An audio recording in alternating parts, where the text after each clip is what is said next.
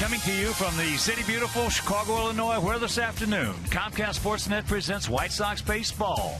It's Paul Canerico, Adam Dunn, Alex Rios and the Sox as they get set to butt heads with Billy Butler and the Kansas City Royals. Hi, everybody, and welcome with Steve Stone. It's good to be able to say that again, buddy. My partner has been under the weather for the last 3 games, but I know you've been watching, and we lost the first 2 of the series, 5-1 and 1-0. But a bright spot has been Tank Viciedo. It hasn't been real good on this homestand, but Viciedo lately has been terrific. Over the last 4 games, you're looking at a guy that's 8 for 14. He's spraying the ball all over the field, which is a good sign. He's waiting back on breaking balls, which is a better sign. And Viciedo has been the lone bright spot. And unfortunately, it hasn't been quite enough. And today, a couple of left-handers out on that bump. We got 2 good left-handers going, with Hector Santiago going for us and Bruce Chen going for them. Now, Chen, as you know, is a lifetime protagonist of our ball club, 6-5, but batting average of .247 against him. Hector Santiago, on the other hand, has thrown brilliantly against Kansas City, and hopefully he'll do it again today. Now, Bruce Chen, the last couple of starts, has absolutely been terrific. He's thrown the ball as well as he can throw it, which means he throws a fastball up and out of the zone, throws some curveballs, throws just about everything he's got at you because his stuff is a little short, but for one reason or another, he mystifies our boys. All right, well, we're trying to avoid a sweep, so sit back, relax, and strap it down. White Sox baseball coming your way.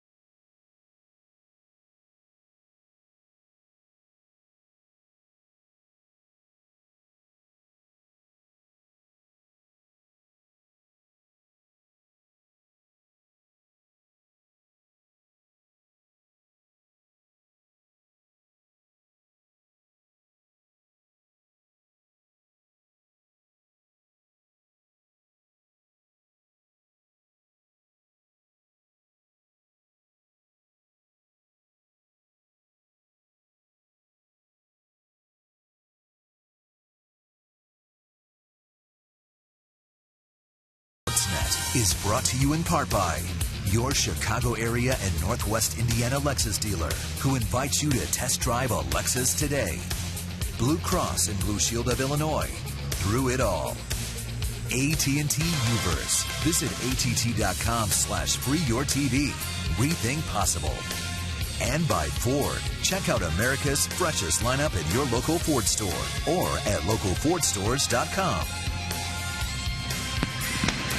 Welcome back to beautiful U.S. Cellular Field on a gorgeous day for baseball. It's 68 sunny degrees as the Sox and the homestand trying to stop from getting swept by these Kansas City Royals. Let's take a look at how Ned Yost is going to line up his Royals today.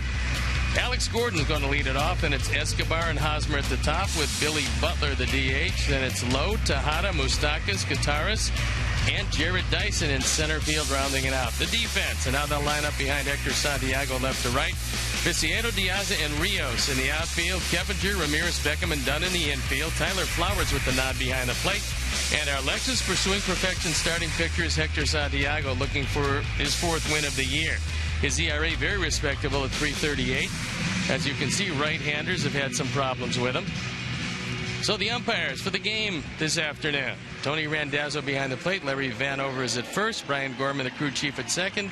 And Manny Gonzalez is at third. So they're throwing a ball around the infield. We're ready to play baseball. I'm ready to turn it over to my play-by-play partner, Ken Harrelson. Hi, Stevie. Great to have you back, buddy. And once again, good afternoon, everyone, and welcome to White Sox baseball right here on Comcast Sportsnet. Alex Gordon gets set to lead it off. Alex coming in at 270, and the first pitch of the ball game is taken for a strike. Alex 1 for 9 in the series.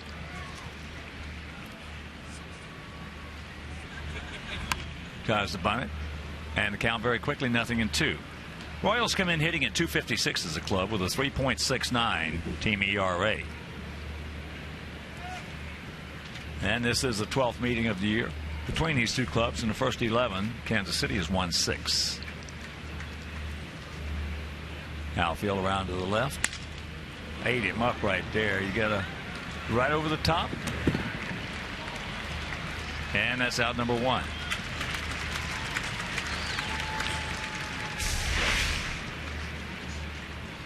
Keppinger's got some time. Tyler Flowers wanted his fastball up a little higher. And on the throw to first, Adam gets stepped on. Not bad enough, but he's taking a look down, making sure that he's okay. Well, you saw that Tim Hudson injury at first base. That was kind of a gruesome one. That was vulgar. Yeah, that was a gruesome injury. He's lost for the year. Atlanta looking for a pitcher. And there's a few around. Not many better than the guy that we've got. Here's Escobar. Did not check it up. Escobar hitting at 241, 3 homers. He's driven in 34.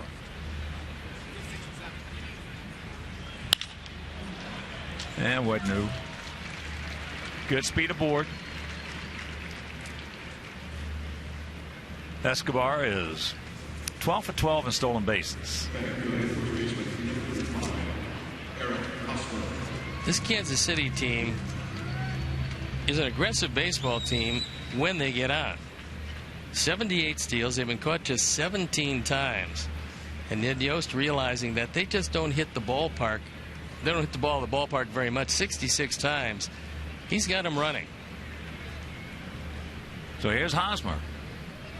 He is 2 for 7 lifetime off Hector. And one of the hits left the premises.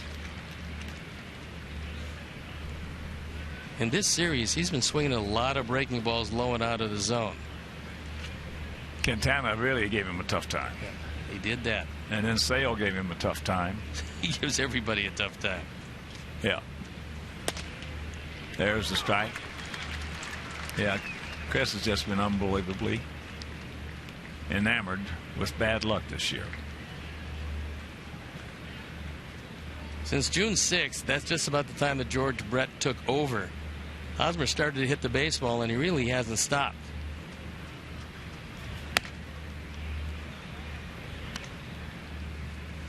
Yeah, bad luck is just falling in love with Chris Sale.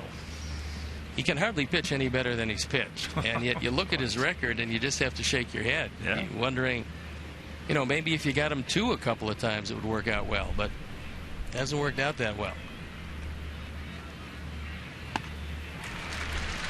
There you go. You mentioned something years ago in an Indian series where Kenny Lofton turned a series around with his glove. Yeah. And in this series, Lorenzo Cain has seemingly done the same thing. Right. Yeah, that was a big series. We were only a couple games behind the Tribe. William went in there for 4 games, and he just dominated that series with his defensive play. That was impressive. I mean, Cain is really impressive out there. He made a couple of catches you're not supposed to make. Here's a guy hitting at 284, 9 homers, 51 knocked in. Billy Butler. And Butler, one of the best good pitcher and good pitch hitters in this league.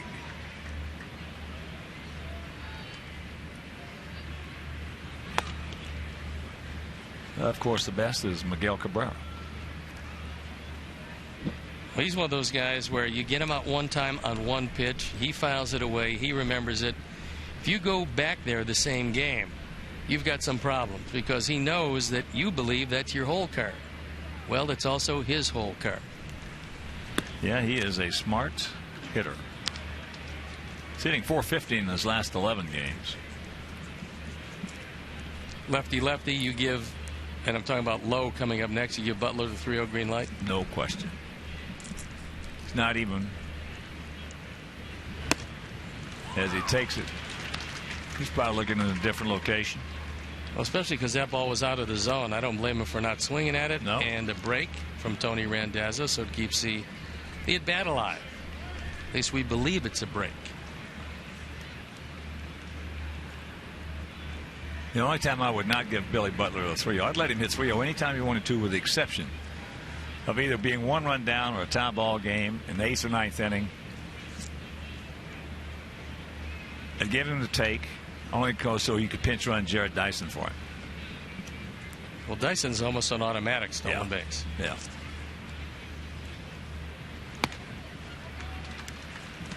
And there is ball 4. Lorenzo Cain is not in the lineup today. He's got a bit of a groin problem, probably on that one catch where he collided with the wall in center field. Now, it doesn't appear to be much, but that's what started him last year. The same injury started him last year in a downward spiral, which saw him go to the minor leagues and then wind up tearing a hip flexor muscle off the bone. And this is the play we're talking about. He gets a great jump.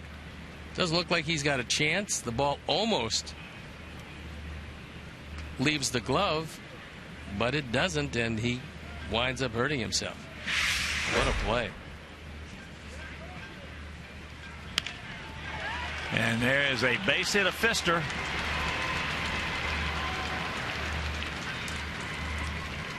So Escobar is going to score, and it's a 1-0 Kansas City lead. Little duck snort by Lowe. But the more you see of David Lowe, as you see RBI number 22, the more you got to like the guy. Not only for the catch he made in right field last night, but he hits home runs. He's hitting in the neighborhood of 300. So this is a guy that's got an opportunity to play, and he's certainly made the most of it. Yeah, that catch he made, that was a heck of a play.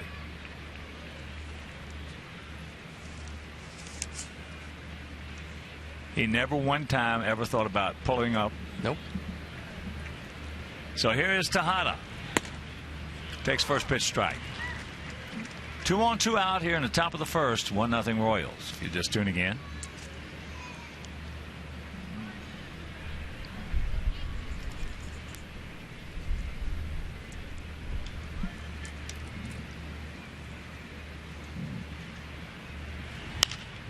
And that's into right field. We got a man there.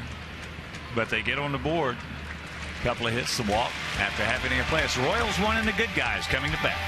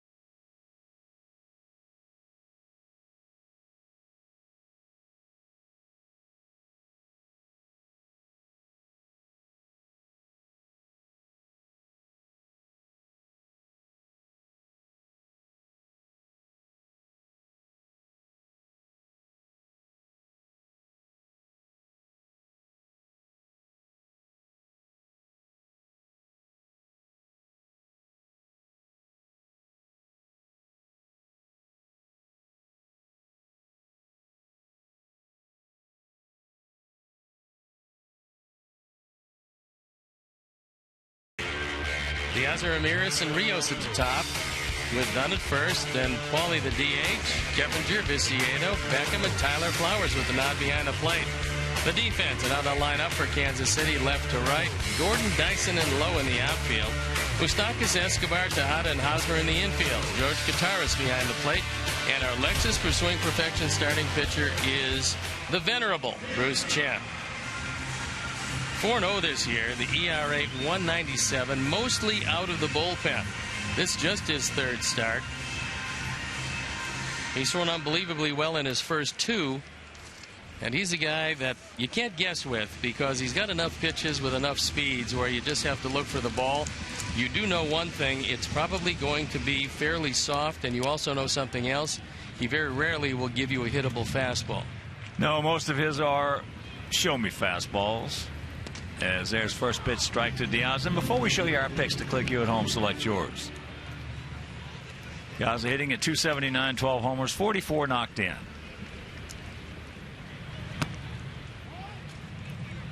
.36-year-old veteran southpaw of Panama City, Panama.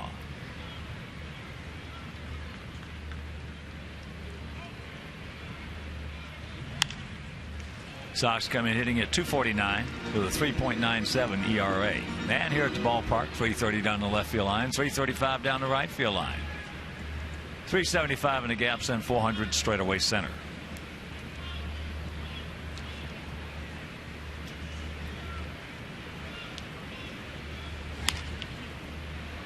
A little flare and not playable.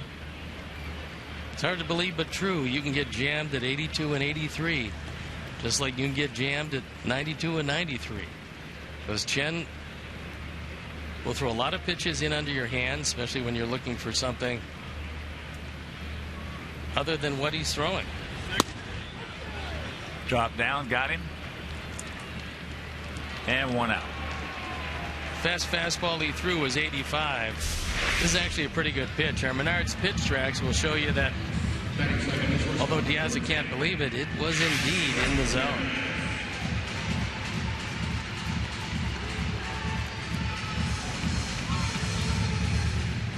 So here's Alexei at 283, a homer. He's driven in 26. Got a good pitch to hit there and couldn't do anything with it.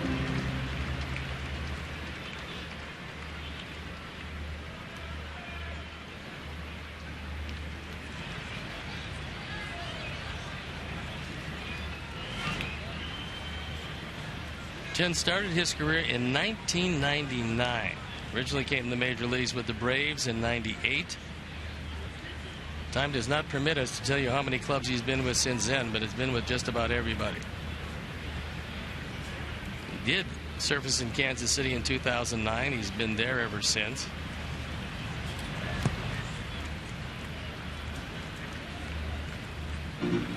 Two balls and a strike. Those are the career numbers, and they're not bad for what he's got to work with.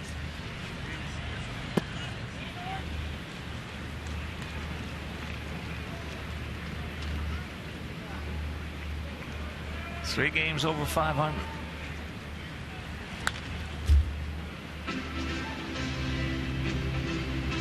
Anytime you're a major league pitcher and you're over 500 or better, you've had a pretty good career. I think he's had a terrific career considering how long he's been around, and he keeps getting jobs. And there's a soft single right back through the middle.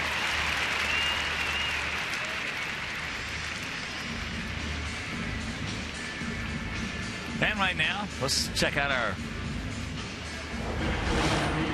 Farmers Insurance picks to click. Command Joe, director and crew, went with Alexei. Steve's going with Gordon. And all the good folks down at Lost Dunes Golf Club in Bridgman, Michigan, and we're going to go with Piazza. I think the crew picked that after that first at bat. We're going to have to look into that. Dave Ross made a quick switch. So here's Rios. Alex at 276, 12 homers, 49 knocked in.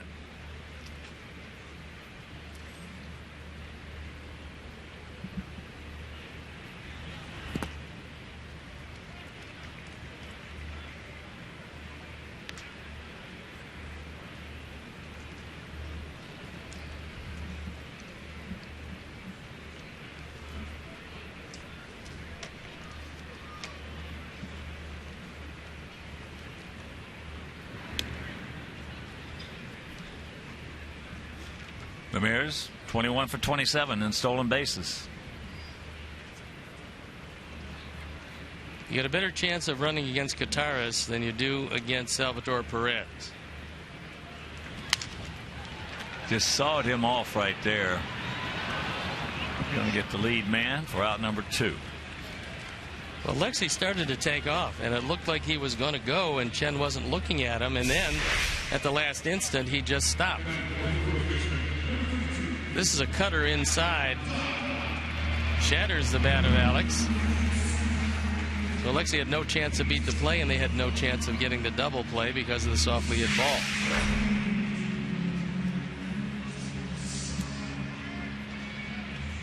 That'll bring up Adam, hitting at .211, 24 homers and 61 driven in. Adam 7 for 22 lifetime off Chen with a homer.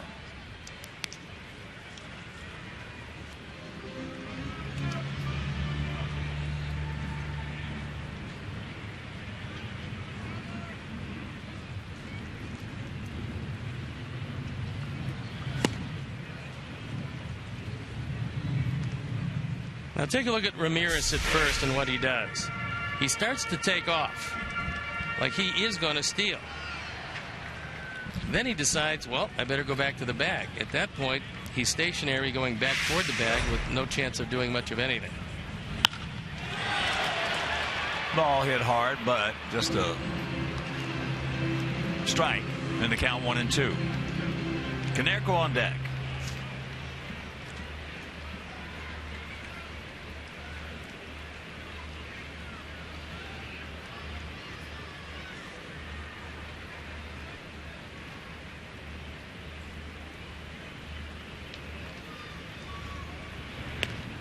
Alex, he's 22 for 28 in that stolen base category.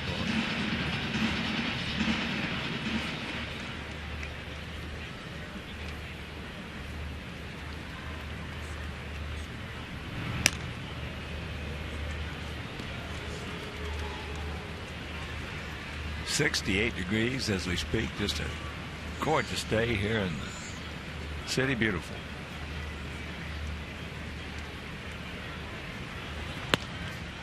Off the plate, 2-2. Sox will conclude this game, this series, this homestand. Board our charter, head on over to Cleveland. That'll be a 4-game set and then wind up at 7-game road trip with 3 in Detroit.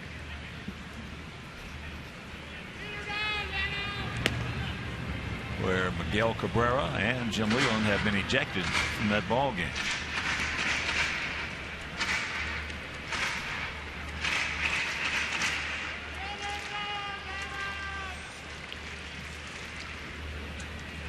There he goes.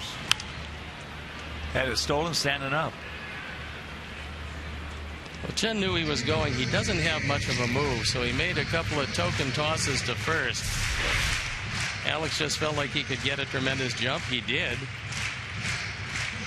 But with 2 strikes, you got to protect. Yep.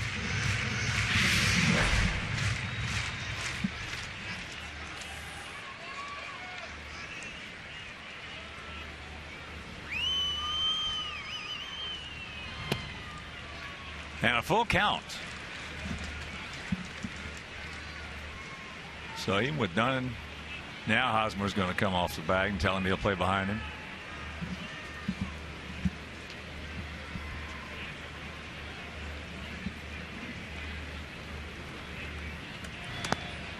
And that's ball 4. So 2 men aboard, 2 out, and here comes Paulie. Paulie against Chen, 11 for 45 with 5 home runs.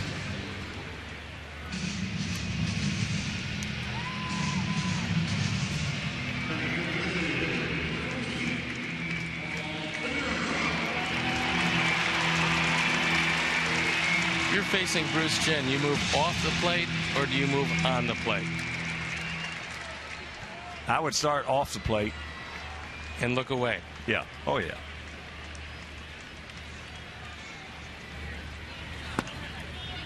The only place he's really going to beat you if you're off the plate is he's got to backdoor you with a breaking ball, and he's got to do it on a consistent basis, which he's not going to do. No, he doesn't have. I mean, that's not his style. He's got a breaking ball, but it's a show-me pitch like his fastball. He doesn't get it over too much. The biggest thing is giving him different looks as a hitter. Now, Chen has been very successful against our club, as you stated earlier. And he knows, he could tell you coming in a plane where all our guys, okay, where's Konerko going to stand? Where's Dunn going to stand in the box? He can tell you where everybody's going to stand. Yes, that's down. And a fair ball. Attaboy, Paulie. So this game will be tied as Rio scores. And it's 1-1. Paul's faced him enough to know that eventually he's going to see that changeup. And this time he was just waiting for it. Drives in run number 34. He gets a changeup. It's not a bad pitch. It's actually low and probably out of the zone. But if you're looking for it, it's in the middle of the plate. And it ties up the ball game. So here's Kevinger.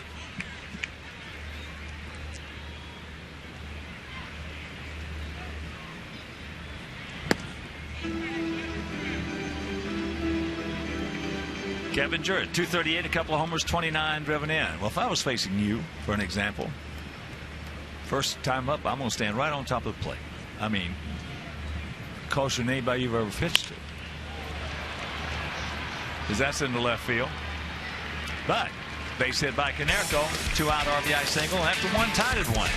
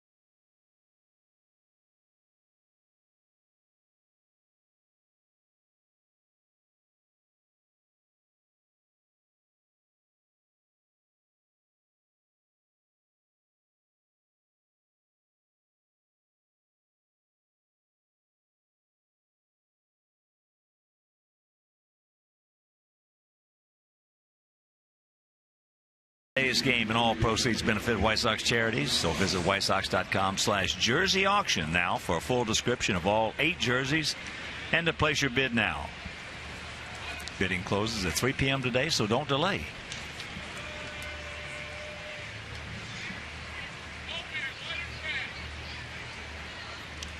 Apparently came back a little early. The man keeping the time is Brian Gorman out at second base. So he held it up until right now. Here's Moustakas.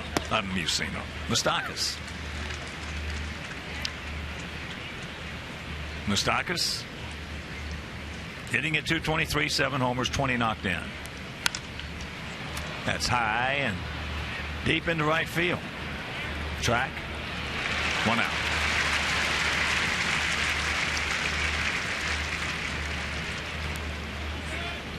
You guys announced the beginning of the series, and I had heard that this was going to happen. I'm surprised it happened down the road as it did, but George Brett went back to the front office. Are you surprised that he made it 2 months? Because he originally said he was just going to be there a month.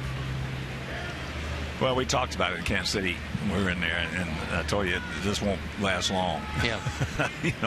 No, I'm not surprised it was 2 months. I think that he probably enjoyed it, you know, getting back in uniform, being down there during the game, which is what you lived for, I lived for, you know, players. It's a whole lot different. Yeah, oh yeah. Than being in spring training or just watching them take batting practice. But I think enough is enough, George. Well, I also think he helped some of these guys. Oh, I do too. I don't think there's any question about it. I know a lot of the guys were disappointed that they let Seitzer go. I'm kind of surprised that he hasn't picked up a major league job because he's really good. Yeah. Yeah, a lot of the Kansas City hitters were really not pleased with that move.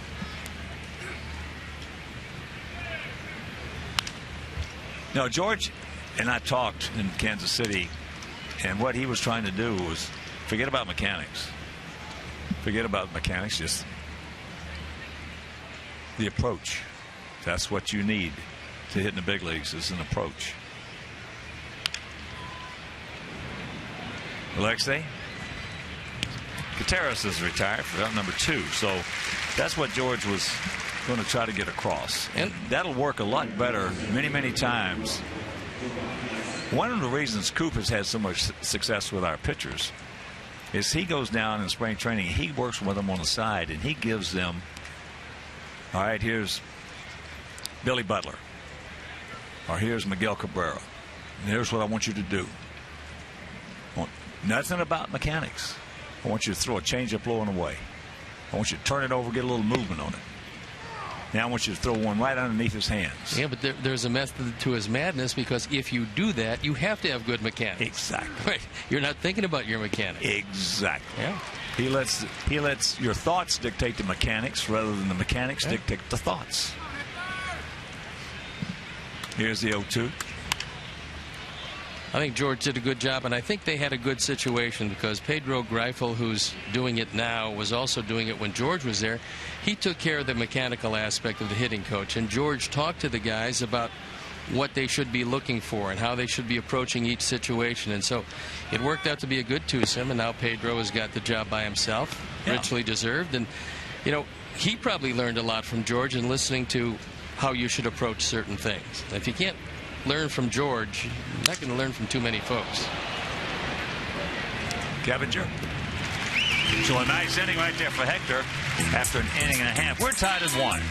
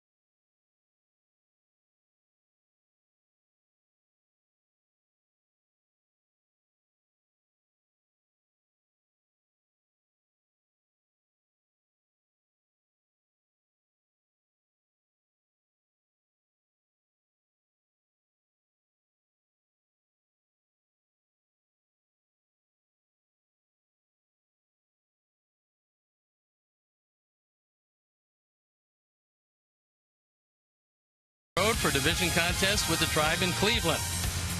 Coverage kicks off at 5:30 with the Subaru pregame live, so don't miss White Sox Indians around 5:30 on Comcast Sportsnet Plus.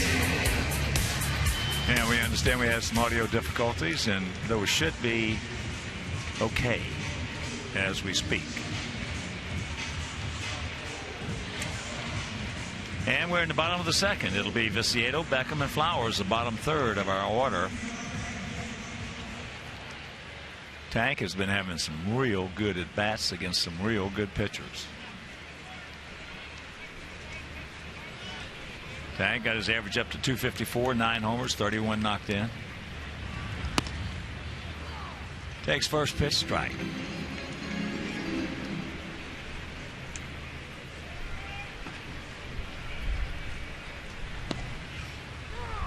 Second pitch, strike. 0-2 to Viciedo. Pretty good numbers career-wise for Viciedo.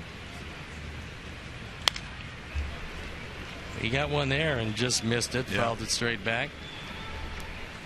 That'd be the best pitch he gets to hit in this sequence. In this game, maybe. With side chin out there.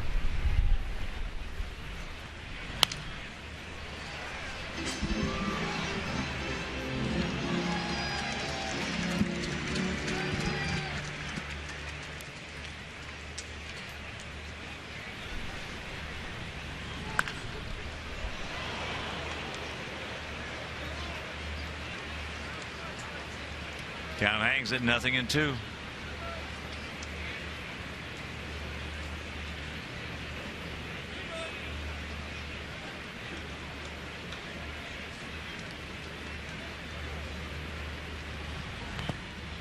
Turns it over.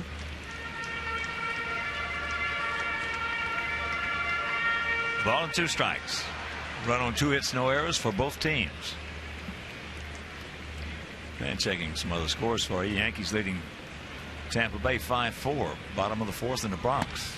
As he gets him up out of the zone, as Steve mentioned earlier. That's his typical pitch. It gets you to the point where he wants to get you out, and then he'll throw a fastball up and out of the zone that looks so good, and you just can't catch up to it.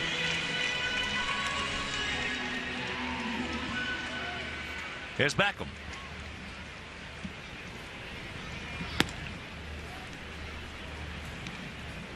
Gordon hitting at .314, a couple of homers. He's driven in 13. 4 for 27 lifetime off Chin with a homer.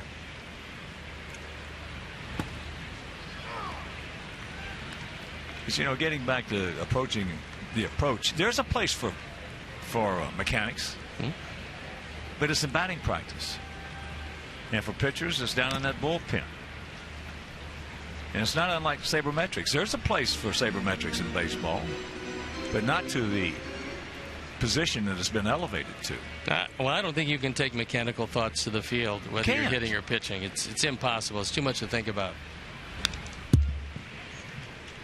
If you do that, if you're worried about where your foot's going to hit or how your arm is going to come through, and for a hitter, if you're worried about where your front foot is going to in relationship to the plate, you can't hit. It's a wrong thought process. Yeah. Well, it's just like what is getting to be my good buddy Brian Kenny defends his position on sabermetrics, and I love him for it because he's not all wrong. You know, what he says is right, but not quite yet. Every team in baseball, every team, without an exception, uses computers, they use statistics, and they use it as a tool. Every team does, and they have been for years. It's just a question of how much they depend on it as opposed to scouts, because there is a fine line between the depending on both. And the White Sox, ironically, to my knowledge, were the first team to heavily invest in a bank of computers to get into the system, as that hit him. So, but the White Sox were the front runner in that department, bringing numbers into the game as far as being an integral part of the organization. So here is Flowers.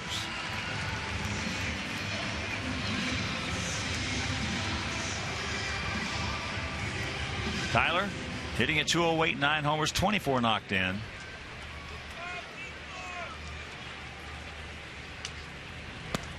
Checks it up.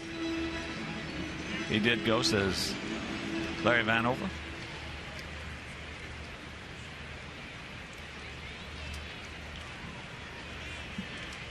Flowers, who had a big game against Verlander.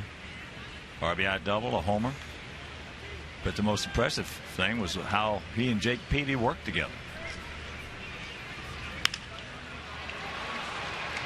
That's into right center field. Jared Dyson, 2 down.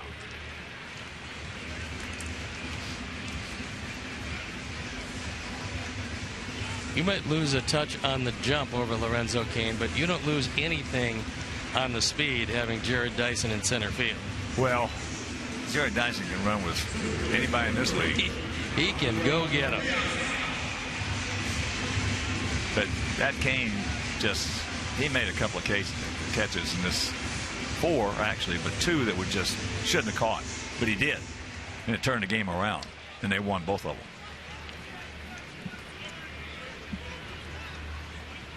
So here's Diaz. He got a cookie right there. Couldn't do anything with it. Well, Lorenzo Cain was the centerpiece of a deal that sent Zach Greinke from Kansas City to Milwaukee.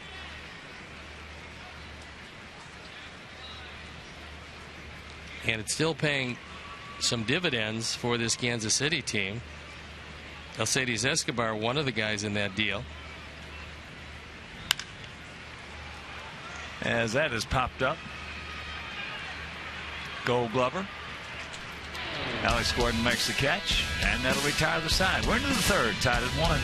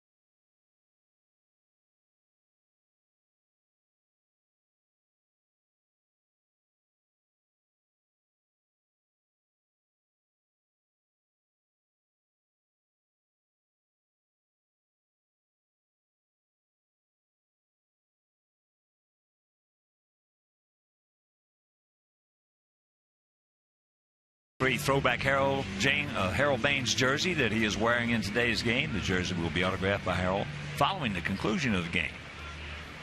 So get your bids in now.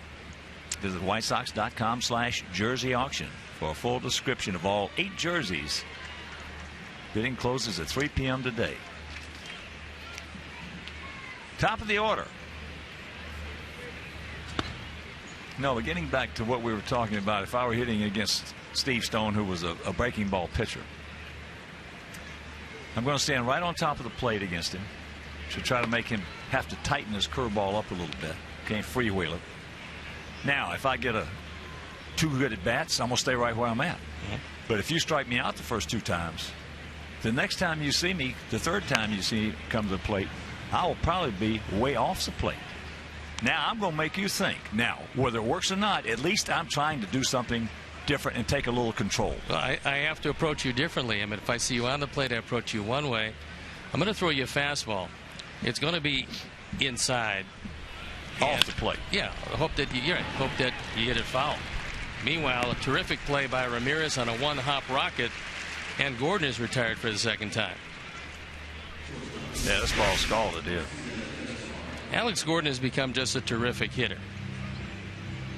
But to go with it, he's an outstanding outfielder with an arm like Viciedo, one of those guys you don't run on.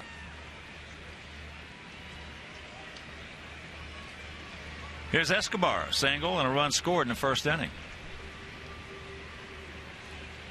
What you don't see a lot of anymore is you don't see a lot of catchers that look at hitters' feet, because now very few hitters shift. But it used to be routine that the catcher would take a look at where a hitter had set up. Now, if the pitcher missed it, the catcher wouldn't miss it, because the catcher in his mind knew where everybody set up in their lineup. And then when they deviated at all, then he would change his pitching sequence. Well, he actually was the key. He actually was that. Yeah. He was the key. And the guy who was the best at, there were a lot of good ones, but the guy who, for me, was the best at that was a guy named Bill Freehand, who called for the Tigers. If you moved 2 inches, he knew. He knew it. The breaking ball in the dirt. But the whole thing is trying to have a sense of control up there, because if you're scuffling or going a little bad, or you're facing a guy who's real good out there, which a lot of them are, if you don't have a sense of some sort of a control, you're probably going to go 0 for 4.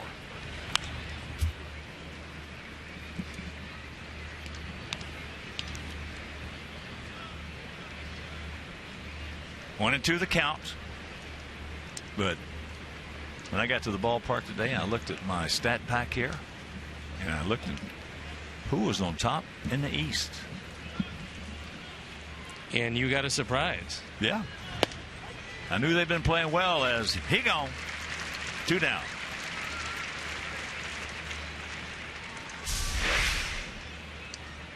Escobar got a base hit last time. Looks at a fastball. It had the plate.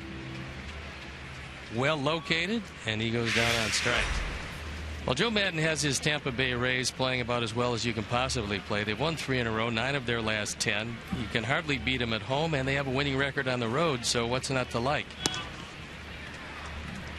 Hosmer takes strike 1. He struck out swinging on a fastball right underneath his hands first time up. Yeah, I knew they'd been playing well, but I didn't know that they've been playing that well. I think Boston's going to have to make a deal. Now, it's been rumored that they're looking for a pitcher. I believe with Buchholz iffy, now the fact that Lester has come back and started to throw the ball pretty well, that's one part of the equation. With Buchholz iffy, they're going to have to find a quality starter to fit right in the middle of that East. Well, that leads into another question. Are you surprised at the lack of activity in the trade market? Oh, I am. And there you look at the standings, and Baltimore not that far back, and Baltimore team certainly capable of putting it together. Baltimore also looking for a pitcher, by the way. And I guess what I'm surprised at is teams right now are so hesitant to give up real close to the major leagues young talent, especially guys they control for a long time, that they have to be assured that they're going to make it more times than not before they'll start to part with a good part of their farm system, because it's so difficult to develop those guys.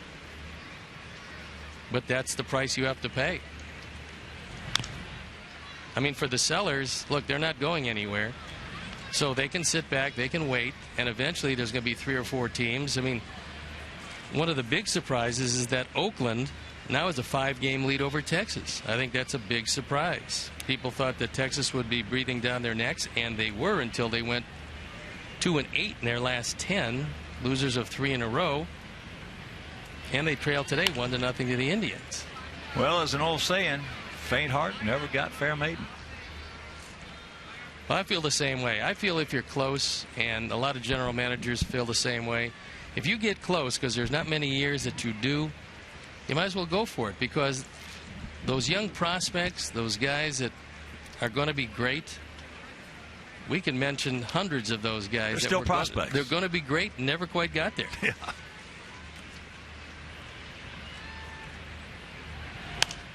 And that is fouled back. And it's going to be a souvenir.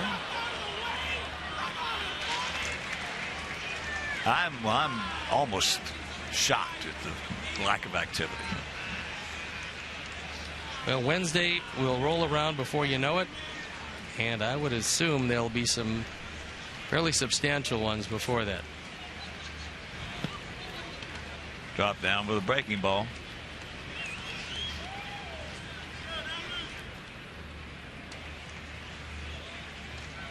Thus incumbent upon all sellers, including us, as he got him, to make sure that we know what these people have in their system. So we'll go to the bottom of the third. 1-1 tie.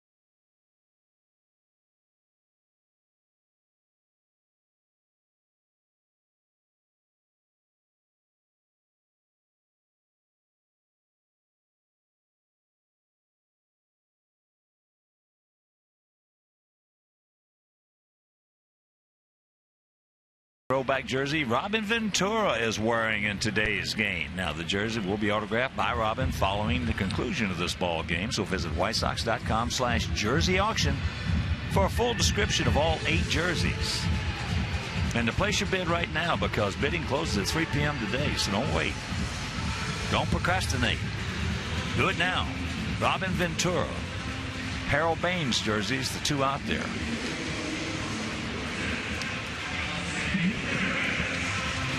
It'll be Ramirez, Rios, and Dunn here in the bottom of the third.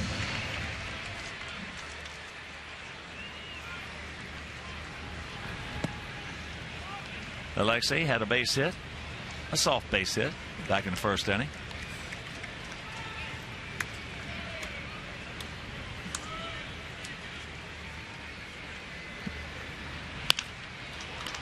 Ball hit sharply down to Moustakas, who can throw some leather at you.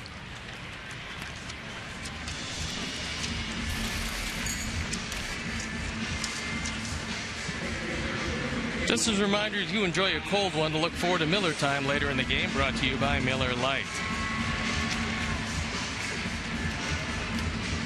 Here's Rios, hit into a 4-6 fielder's choice, and then he scored.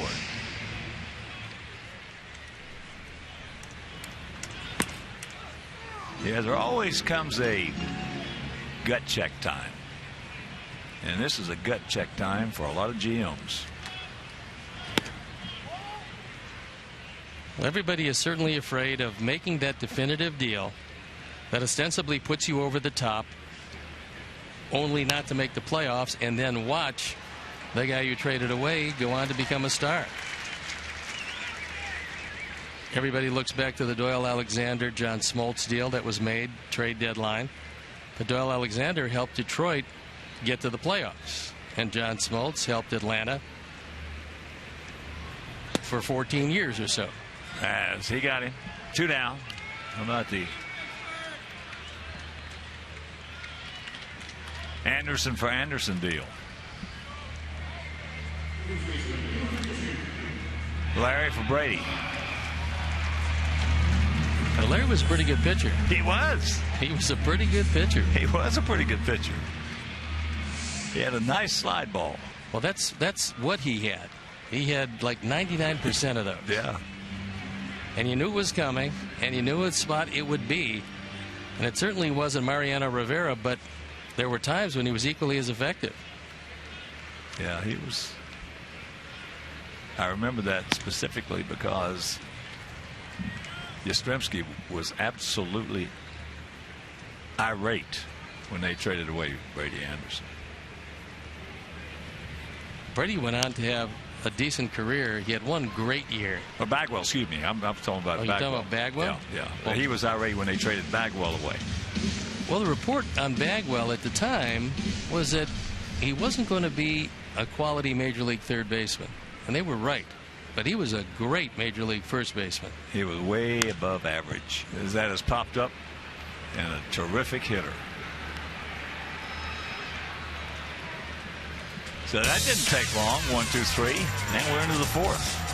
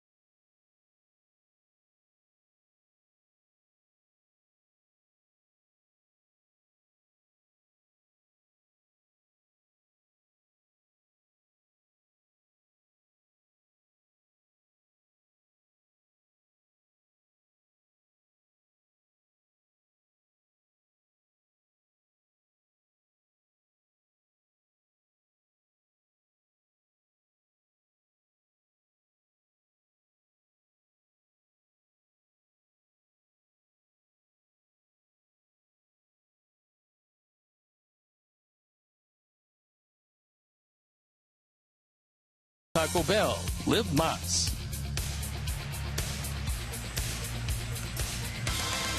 Top of the fourth inning in a 1-1 tie.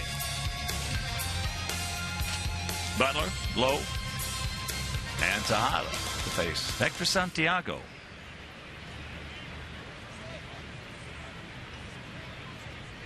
Butler walked, and that figured in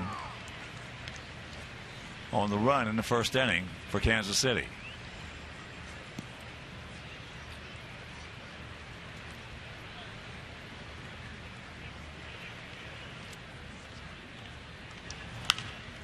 How to play right side. Totals on the board still identical at 1-2-0. We mentioned it's off to Cleveland after the game today. 4 games set against the Tribe.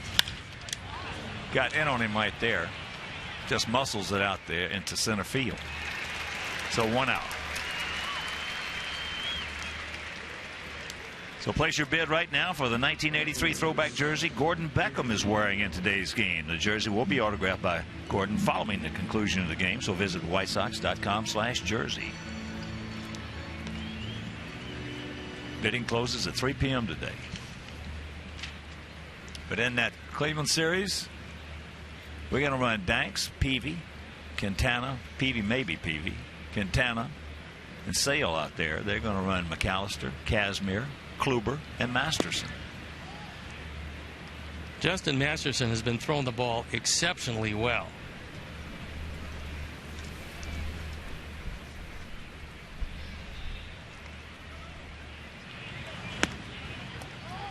Yes, he has. He has become a real fine pitcher.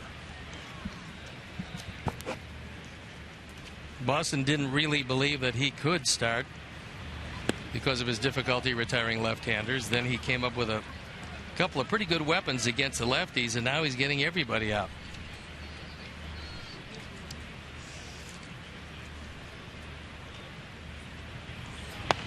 They were talking to Steve earlier, in case you missed it, about Cooper and his sides and how he goes about it in spring training. Well, he can say something nobody else can say. No other pitching coaches. There is ball 4. So good speed aboard. And that is the White Sox have made since 2003. The White Sox have made 936 quality starts. That's the most in the major leagues. Pretty impressive number when you look at the total body of work. The amount of guys who got better when they got to the White Sox than they were wherever they were previously. That's a point that not many people ever bring up. No, and a general manager can look at a guy that might have fallen on hard times someplace else. Maybe you get him a little more cheaply than you normally would, knowing that your pitching coach, when he gets here, is going to make him maybe 10-15% better. That's trouble. Tejada down into the corner. Low is being waved around. And he will score for a 2-1 Kansas City lead. So the walk, both walks have figured in both runs. RBI number 15 for Miguel Tejada, who tried to make this team in spring training as a non-roster player. Now, when you're in your late 30s and you accept an invitation to camp as a non-roster player, you better have a remarkable spring or they're not going to keep you because they have no investment in you. David Lowe has tremendous speed. He scores easily. But Tejada has been a leader on the team, and he's been producing, and he can play wherever they want him to play.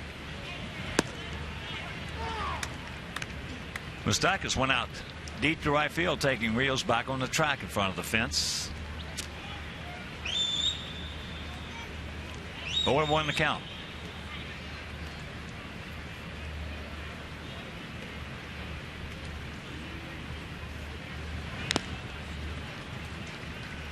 Oh, and 2 the count. Last 7 games, things have gone well for Mike Moustakas, but overall, it hasn't been one of his banner seasons. And he has the ability to be a whole lot better than he's been.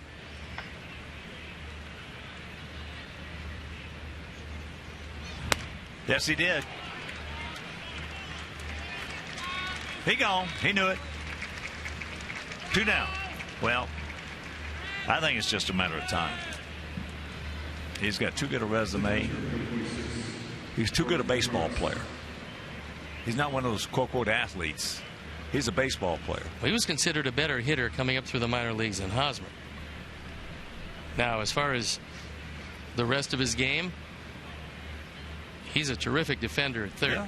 So there's not much that he can't do. Right. I think it's just a matter of time with him. You know, if you look at this Kansas City ball club, with their pitching, with their starters, with their certainly bullpen, they catch the ball, they get a terrific, maybe the best defensive outfield in the American League. They're better than this record shows. They're 1 game under. Yeah, I think it's somewhat of a mystery this year because everybody felt that this would be a year that Kansas City would contend.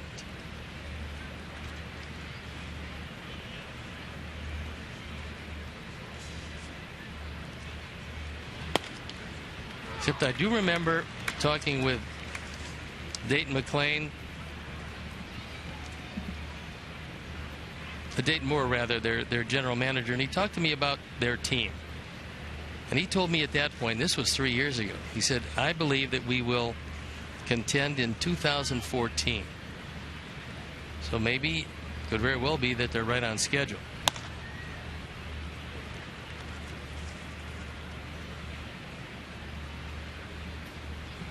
Three and 1 to count to Gutierrez.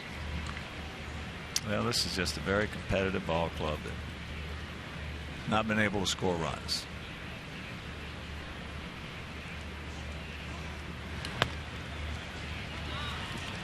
So the second walk of the inning. And that'll bring up Dyson. He grounded out to Keppinger at third.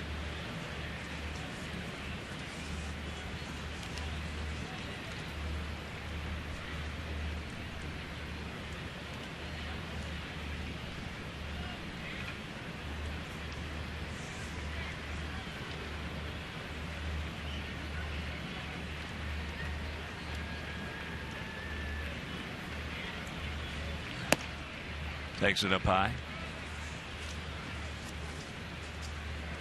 And here comes Coop.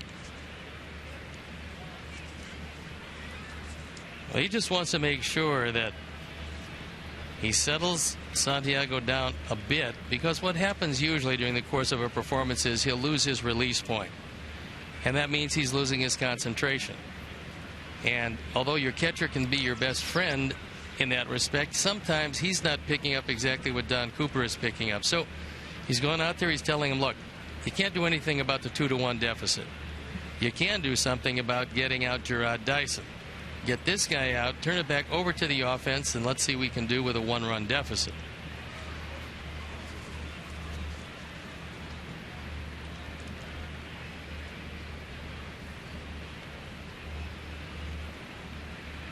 Want to know the count.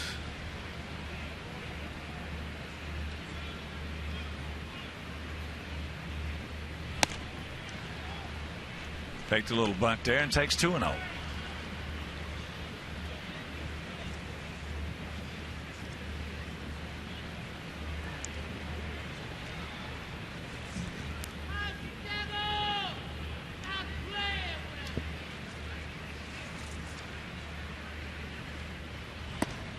There's the strike.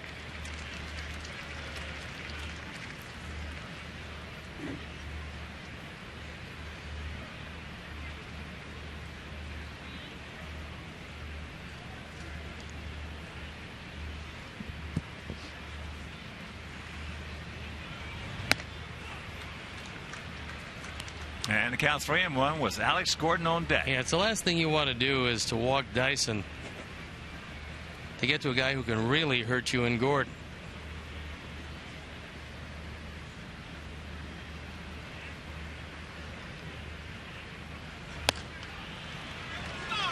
So the third walk of the inning.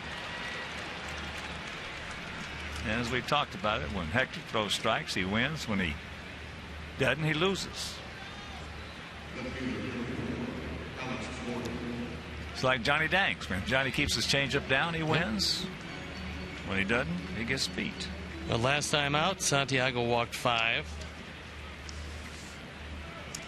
And this time, it's 4 in less than 4.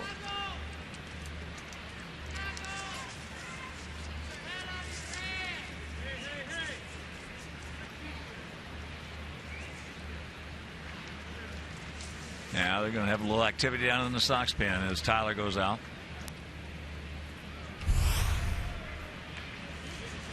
Here's our AT&T Uverse Multiview.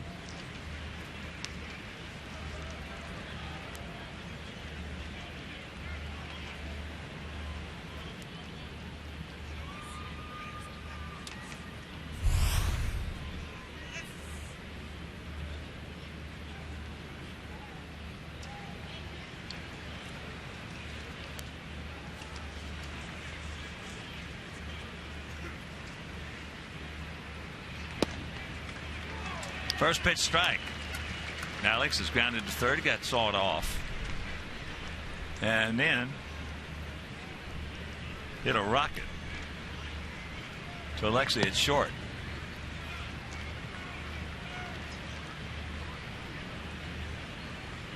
He's got 51 RBIs sitting in that one hole, and that's a pretty good job. But he still, in my opinion, has not reached anywhere close to his potential. Threw that one by him at 95. Dylan Axelrod loosening in the pen.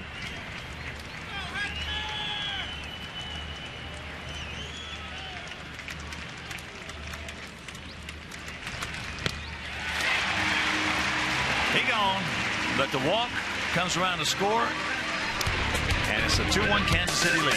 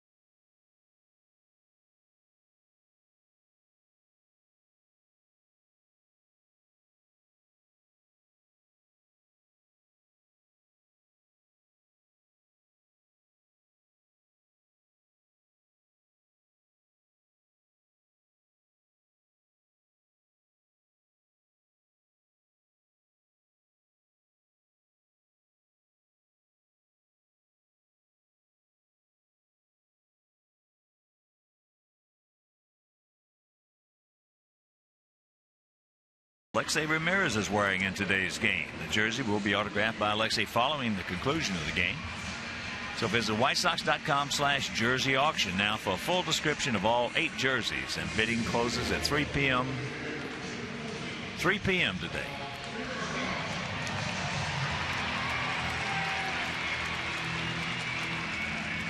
It'll be Konerko, Keppinger, and Viciedo. Paulie, 1 for 1, a 2-out RBI single. A lot of rumors swirling around that man and just exactly where he will wind up.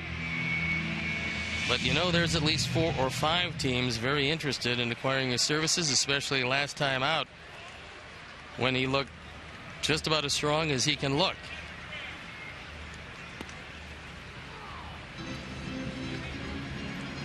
Breaking ball strike.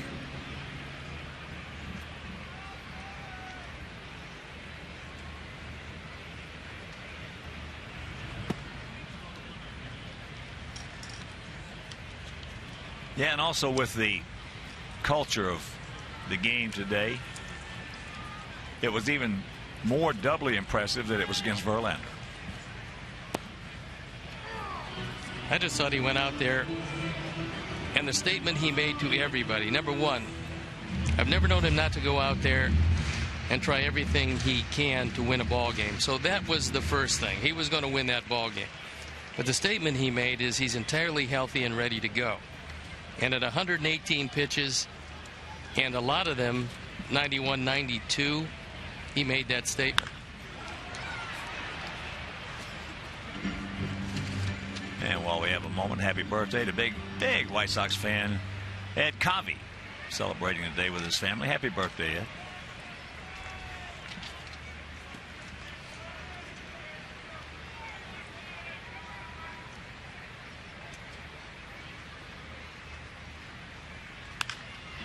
That ball hit deep into right field. David Lowe's got the bead right in front of the track.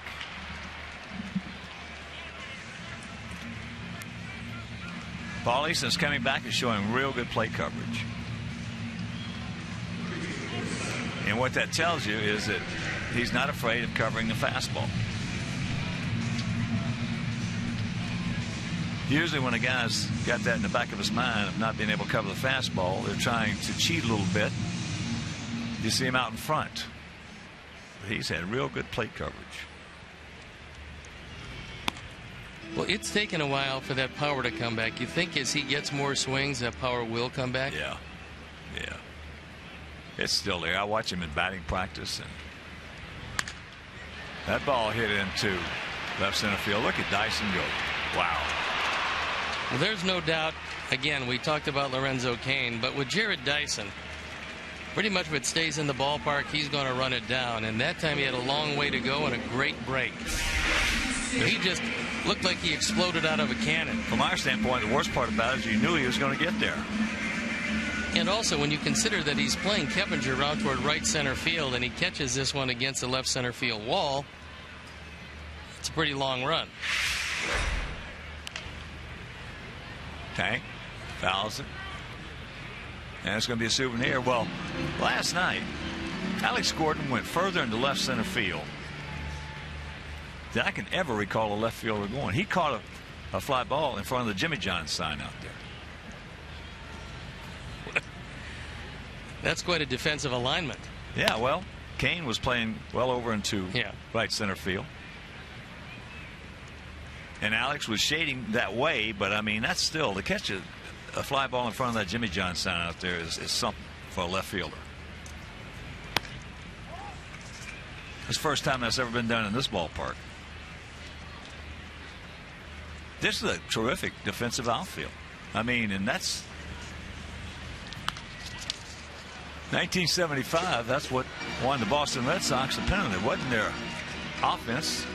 It wasn't the fact that Freddie Lynn was Rookie of the Year and MVP. It wasn't the fact that Jimmy Rice was a rookie. It wasn't the fact that they had all that Yastrzemski and Evans and Petrocelli and those guys. It was the fact that nothing hit the ground in the outfield.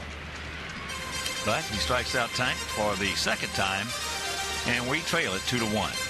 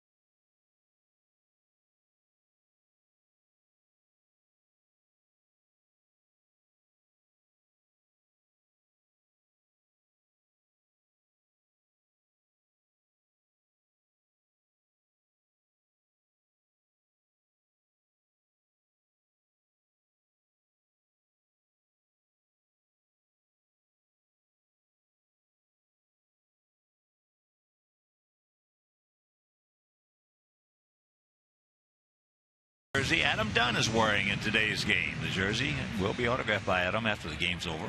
So visit WhiteSox.com/jersey auction now for a full description of all 8 jerseys and place your bid right now because it's over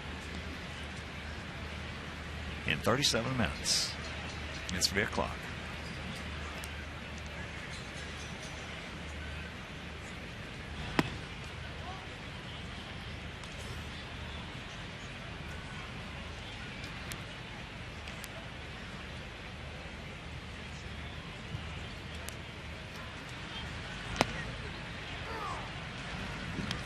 Escobar didn't appreciate that one.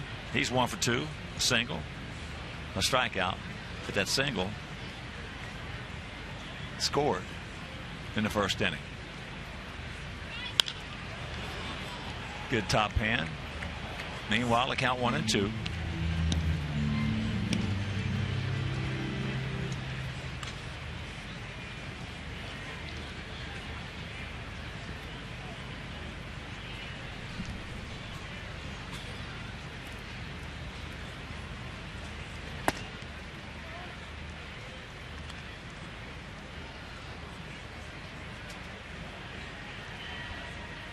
Now, Santiago, the toughest left-hander in the American League against right-handed hitting is Matt Moore.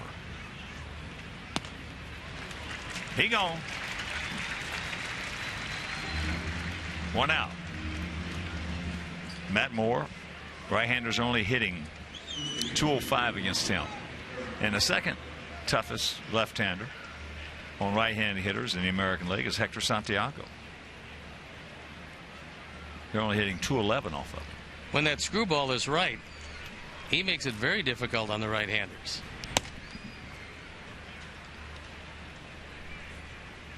Hector gets to the point where he's able to locate his fastball consistently. I think he's going to be a big winner. He is. Yeah, he's going to be a 15, 16 game winner. I mean, the stuff he has is plenty good enough. The only problems he has is he loses a release point and can't get it back. That ball high and deep in the left field. Macedo back right in front of the Comcast Sportsnet. So 2 down. Well, that's why, as you and I have discussed several times, with the status of the ball club right now, where we are, 21 games under, we are not that far away because of the pitching staff we have. Pitching staff is good. One thing you do wonder about is how many of those pensmen are going to be left coming into next year, because that's something you might have to rebuild. There was an area that was a very strong area for Kenny Williams. Kenny was able to build and maintain a strong bullpen. And that is probably overall the toughest job for a GM in today's game concerning pitching, is building and maintaining a strong bullpen. Look what Tampa Bay did a couple of years ago. That was amazing. Completely reworked the entire bullpen. That was amazing. Yep. You don't see that very often. Nope. Boy, he just missed it, and he knows it, and he is hot. That would have been a landmarker right there by Billy Butler. Meanwhile, we're halfway home. We trail it 2-1.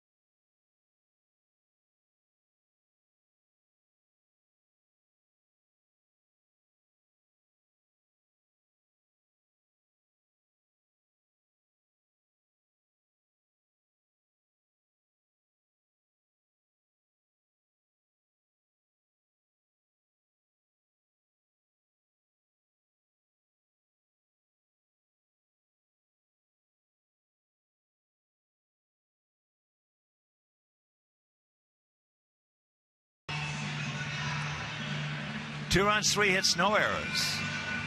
For the Royals, a run on just 2 hits against Cy Chin. And no errors for us. Hector's walked 4. And 2 of the 4, one of them scored and the other figured prominently in the other run. That's right back in booth next to ours. And let's check out the scores. Top of the 8th in Cleveland, 4-0 Indians over Texas. Texas really struggling. Apparently Cabrera being tossed out of that game has really affected Detroit.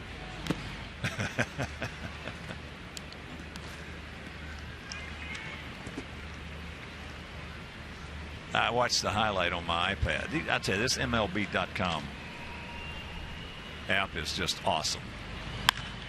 As that's popped up, if you don't have it and you're a baseball fan, you're really missing out. As Gordon now was hit by a pitch and now pops up the left.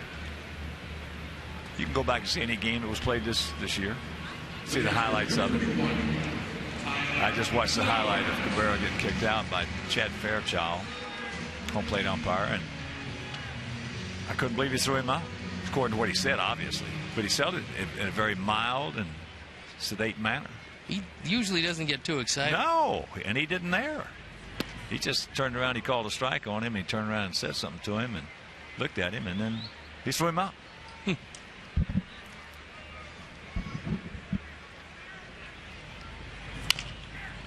I've never seen Cabrera argue with an umpire in all the games he's played against us.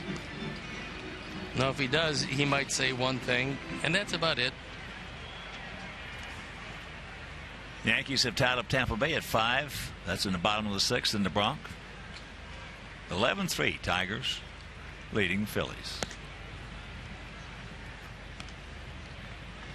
Washington hammering the Mets 10-1. That's in the bottom of the 5th at Nationals Park. Got him. 2 down.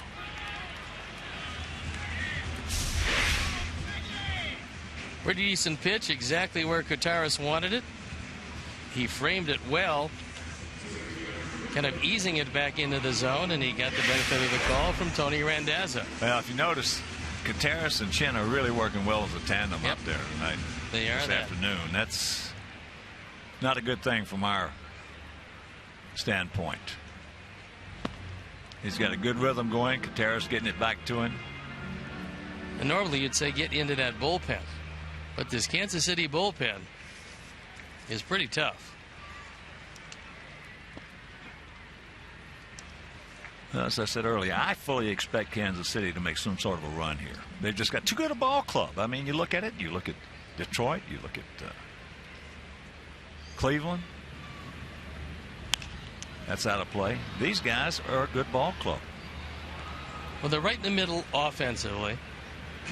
They're second in pitching behind Oakland, second in the bullpen behind Texas. Yeah. And right in the middle defensively. So it's a pretty solid ball club. Well, that outfield defense is, nothing hits the ground out there as there's a drop down breaking ball. And you as a pitcher know what that does. Especially being a fly ball pitcher as I was. Yeah.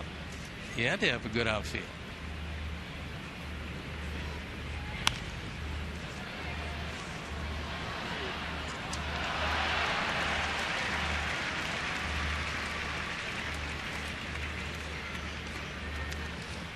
Two balls, 2 strikes, 2 out here in the bottom of the 5th. 2-1 Royals.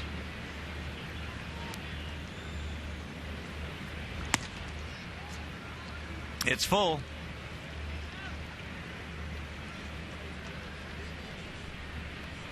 Houston, another tight ball game. They're tied at 1 with Toronto, bottom of the 7th, up in Canada.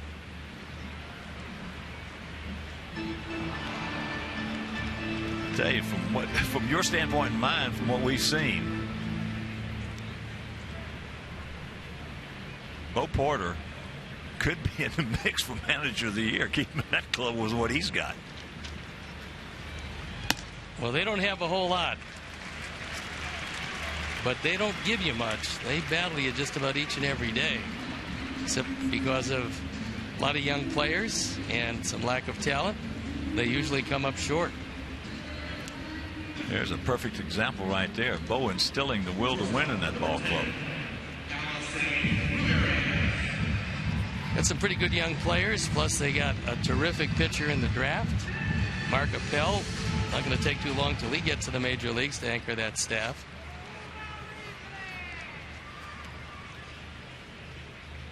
Here's Alexei. He's 1 for 2. That's the first walk issued by Cy. Check that, he walked done in the first. Second walk.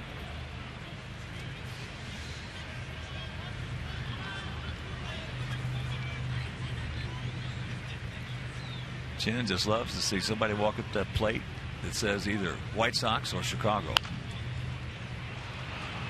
on his uniform. We're into the 6th, trailing by 1.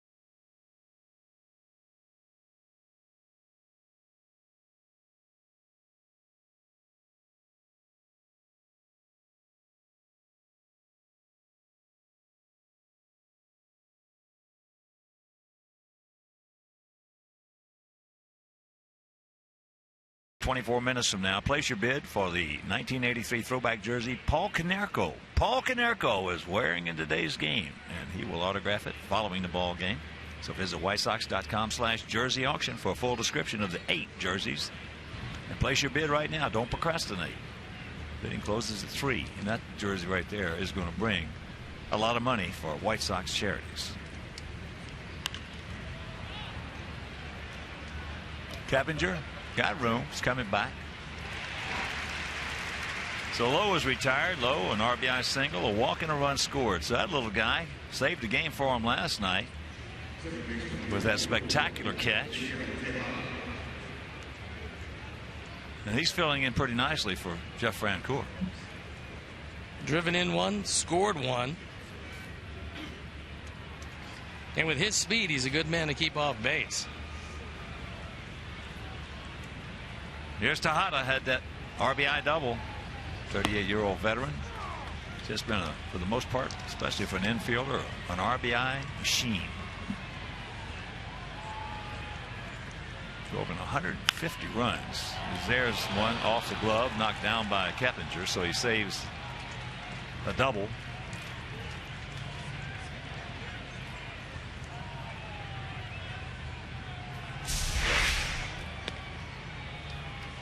Tejada now 2 for 3 as his bid for his second double interrupted by a pretty good stop on the part of Jeff Keppinger.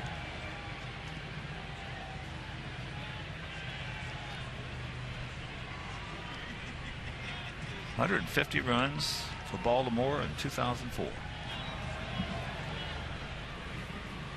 Well, they don't give away MVPs, and he won one with Oakland. There's no doubt he can play. Moustakas got a cookie and pops it up. 2 down.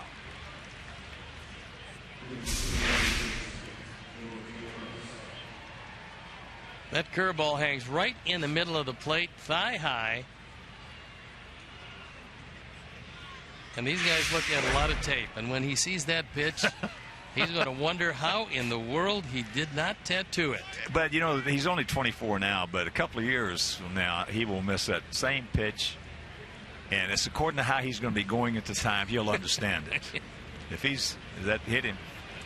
So Contreras will walk and now hit by a pitch. There's a man struggling through one of those years. Mike Moustakas.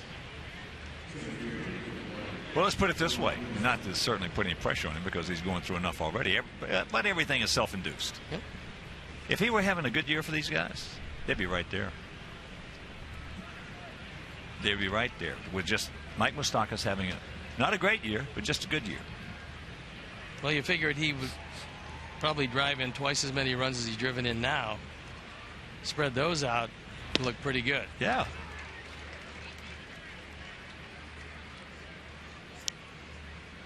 And Escobar, he's driven in 34, which is good for him. But not scoring as many as you would hope that he would, as Dyson can't get it.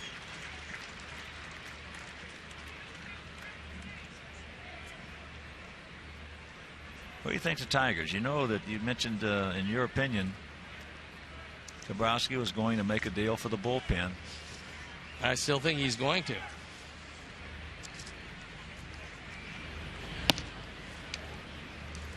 I think he's got to.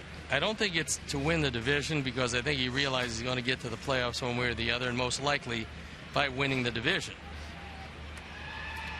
But I think realizing that if his starters come up a little short in the playoffs, he could be out a little earlier than he would like to be out if the bullpen stays bad.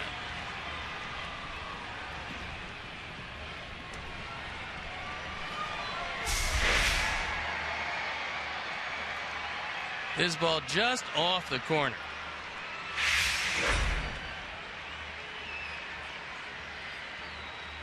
Two on, two out, and the 2-2 pitch. Okay, one thing about Dyson, we've seen him against some pretty good left-handed pitching. He doesn't give.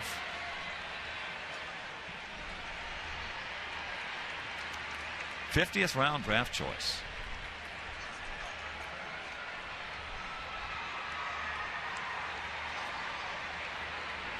Big out right here. He gone. Gas at 95 upstairs, and that'll retire the side. Go to the bottom of the 6th. We need one to tie.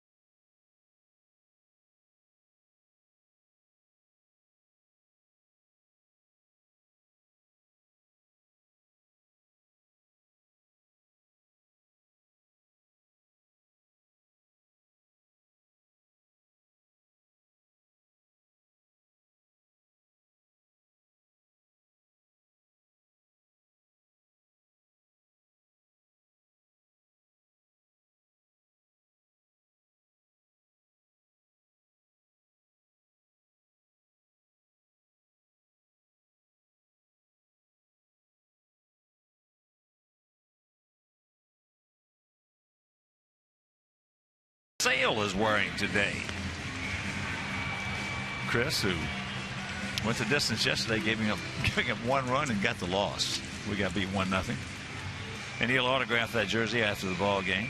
So visit whitesox.com/jersey auction for a full description of all 8 jerseys. And place your bid now because you've only got 16 minutes.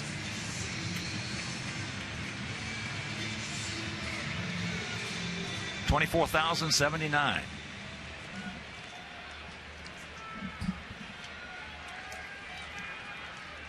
Rios, Dunn, Konerko. See if the third time through the order is the charm. Well, you know, what's you're going to feature? What's he going to feature? Statements have been right on the money. He's thrown virtually no fastballs for strikes. No, if he has, he'll surprise you occasionally with one, but that's about it. Just showing it to him. Yep. And make you hit something else. Yeah. Takes a nice hop, Moustakas. Alex now 0 for 3. One of the things you hoped against Chen was to get him out of there where you could get to the middle relief. Because the tail end of this bullpen is awfully tough. Well, at 23 and a third innings now in this series, we've scored 2 runs. Yeah. And you don't get many off the back end of the bullpen. Here's Adam, a walk and a pop up to left field. There's a fastball for what he got a call strike on. It was not a strike. But Tony Randazzo's been calling a good game, and he's becoming a real good umpire. Well, Chen's been around the plate with just about everything. And he's going to get some of those. Might have made up for it there because that was a better pitch than the first pitch. Some pretty impressive numbers for Bruce Chen, who has 4 complete games in his entire career. That ball hit deep. Way back. Dyson's speed is negated. You can put it on the board. Yeah. A-bomb. And this game is tied at 2.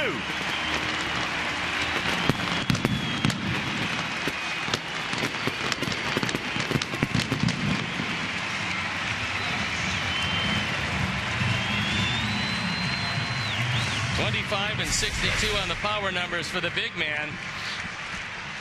Our Ford home run replay, he got one to his liking.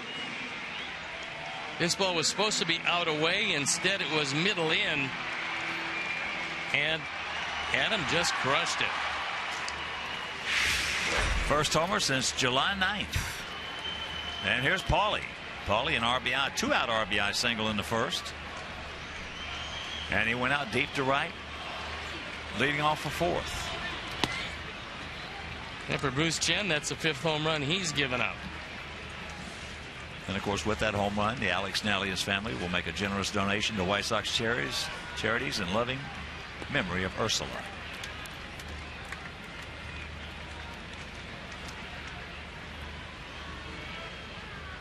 Yeah, good call. Todd Benjaminson. People can get online right now and bid on that Adam Dunn jersey. He just hit the home run.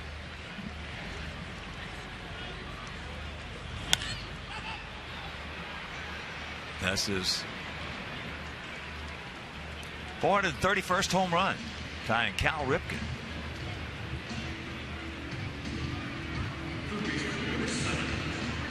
Two down, and that'll bring up Keppinger.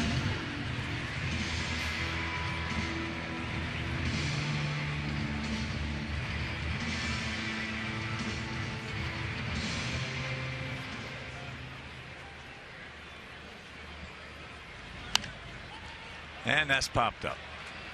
But the home run by Adam. We'll go to the 7th, tied at 2.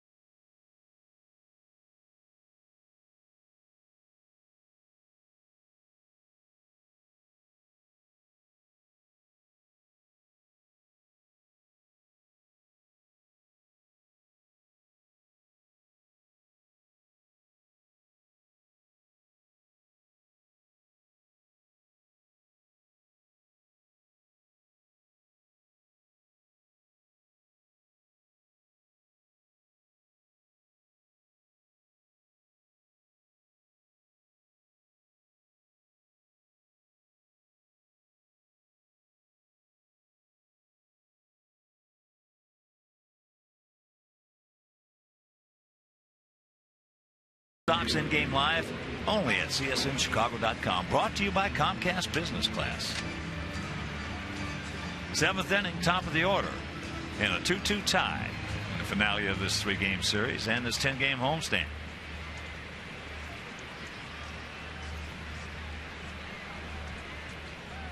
Gordon, Alex 0 for 3.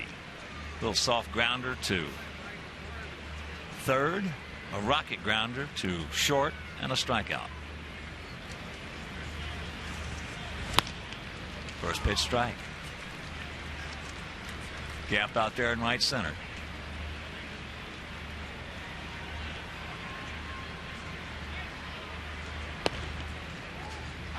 And now for the win, brought to you by Head and Shoulders, and it came with the bases loaded in the 4th inning. Taking strike. That one misses. Swinging strike. And a swinging strike 3 to get out of the inning. That was a big strikeout back in the 4th.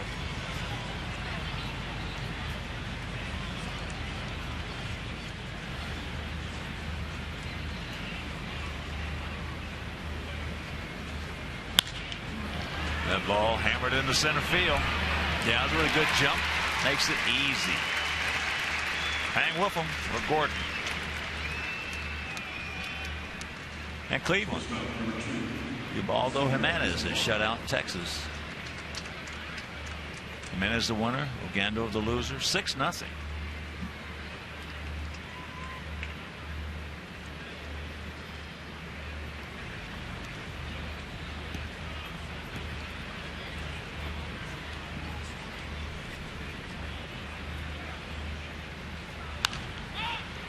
Pops it up. Stay in here. Come back. Come back. It's trying to. Yes. 2 down. Escobar now 1 for 4 with a run scored. With the pitch mark at 103, Nate Jones loosening in the pen.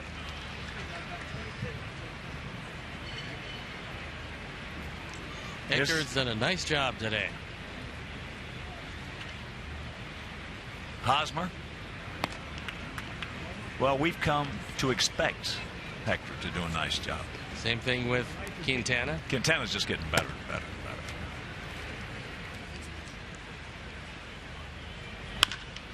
better. There's a chopper back through the middle. So that's going to give Butler a chance.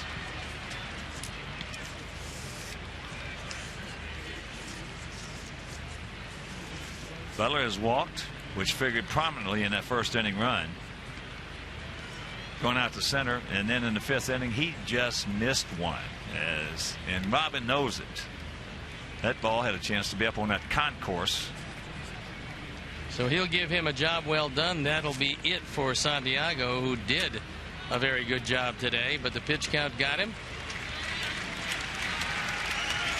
So as Santiago gets a nice round of applause from the crowd, very appreciative of this outing today. We'll step out and be back after these messages.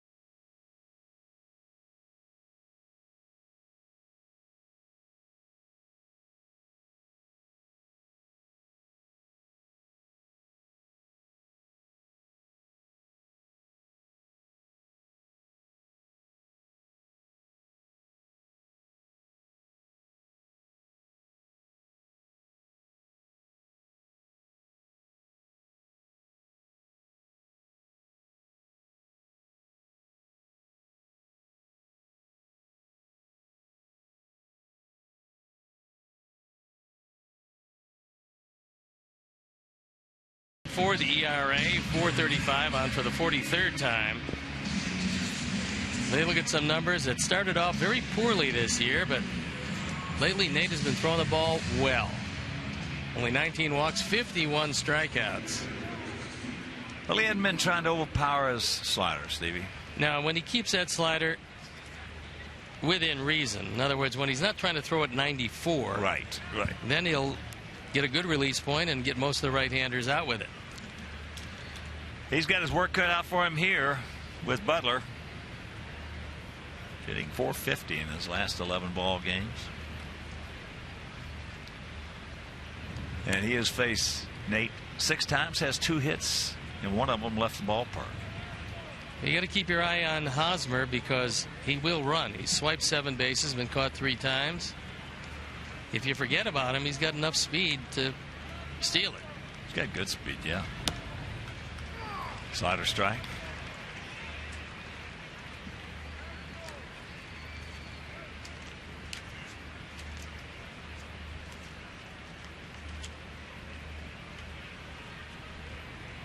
Hosmer stole 16 last year in 17 attempts. There's another strike. That one at 99.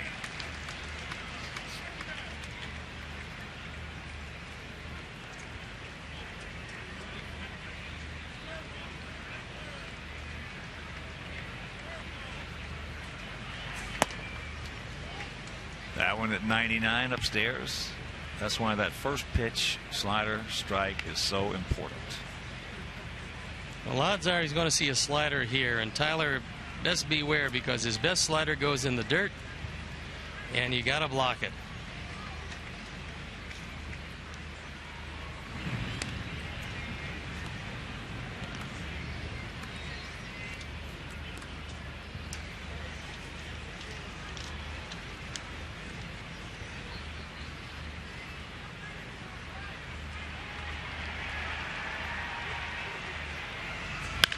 That ball hit hard. Meanwhile, we got a man there. 7th inning stretch, tied at 2.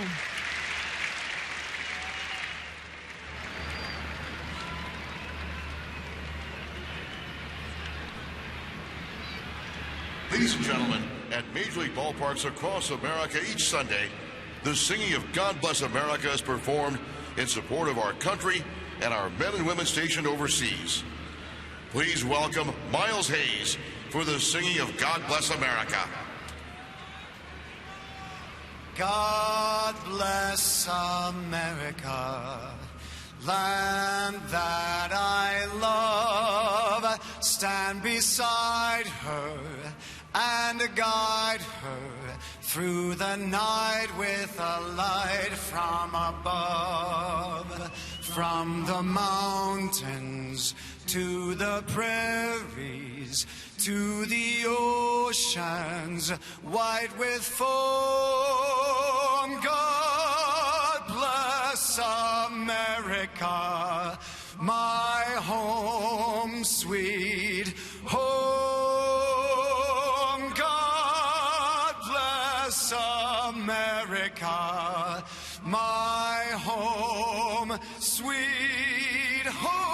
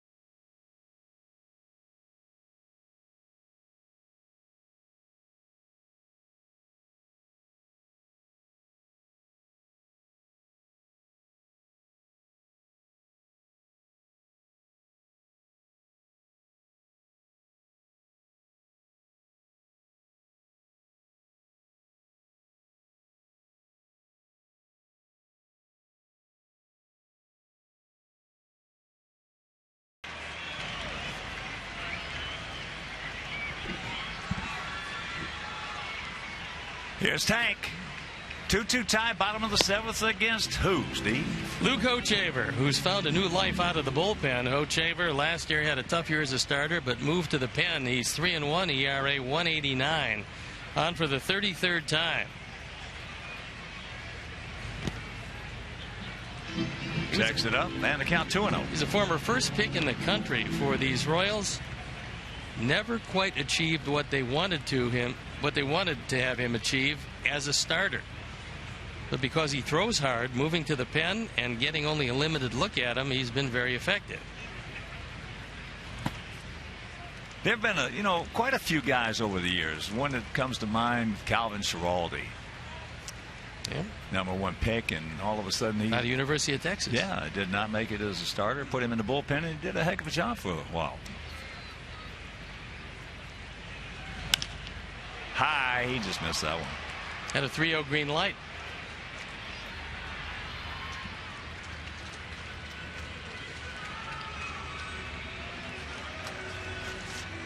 And a reminder, send us your comments on today's game. You don't have much time, but the auction is over now. It's 3:02. Using Twitter, using hashtag White Sox Talk. Hashtag White Sox Talk, and we'll read one back, and it just might be yours. You mentioned Calvin Schiraldi. Along with Al Nipper, that was one of the most one-sided trades in history.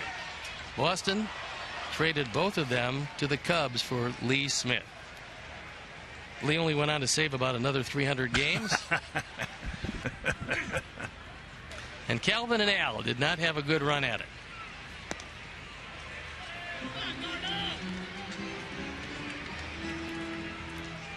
And of course, Dennis Eckersley was a starter, won over 100 games as a starter, and the rest was history when Dallas moved him to the pen.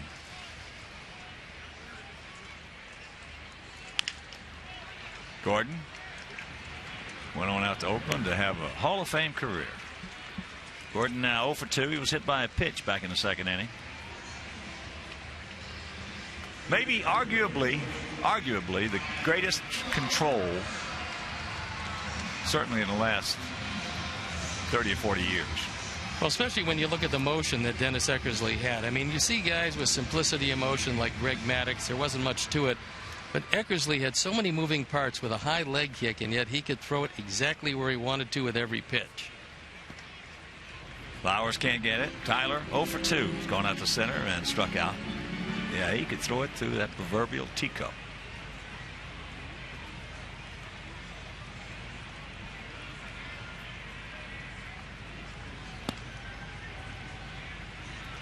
He was fun to watch.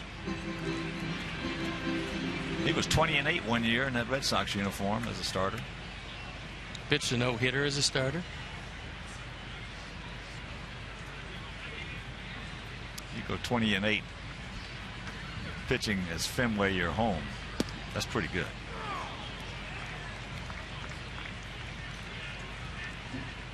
Although it's overstated so many times because this is a better hitting ballpark than Fenway.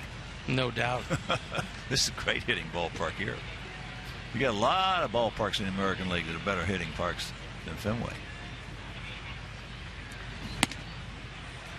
Got him. 1-2-3 inning, and we will go to the 8th, tied at 2.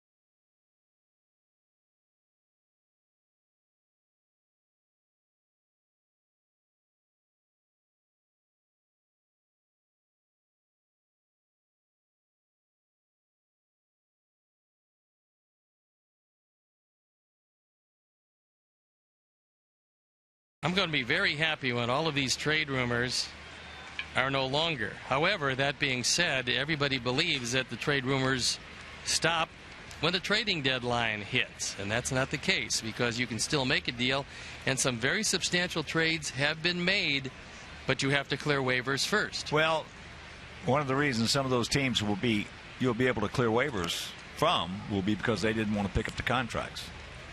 That's usually the case. Yeah. A young guy or a guy in the last year of his deal, Yeah. he's not clearing waivers. Not so easily. All right, Chuck told you Jeter and Soriano went deep in that Yankee game. That's the first time in 29 games that the Yankees have had a home run in a game by a right-handed hitter. Yeah. It's one of the reasons why they went after Soriano. Well, talking about Bo Porter and the job he's doing with the Astros, this might be Girardi's best managing job with what he has to run out there. I think it's been terrific, but I also think that the report out of New York today, because there's never anything done without any controversy, was kind of interesting. Brian Cashman said he did not want Soriano, and he was overruled by Hal Steinbrenner. And the beat goes on, huh? And the beat goes on. Nothing happens without controversy in New York.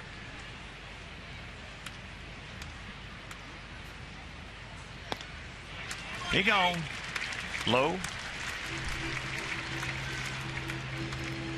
Now 1 for 3 with an RBI and a run scored. Nate's brought some pretty good stuff in with him from the pen.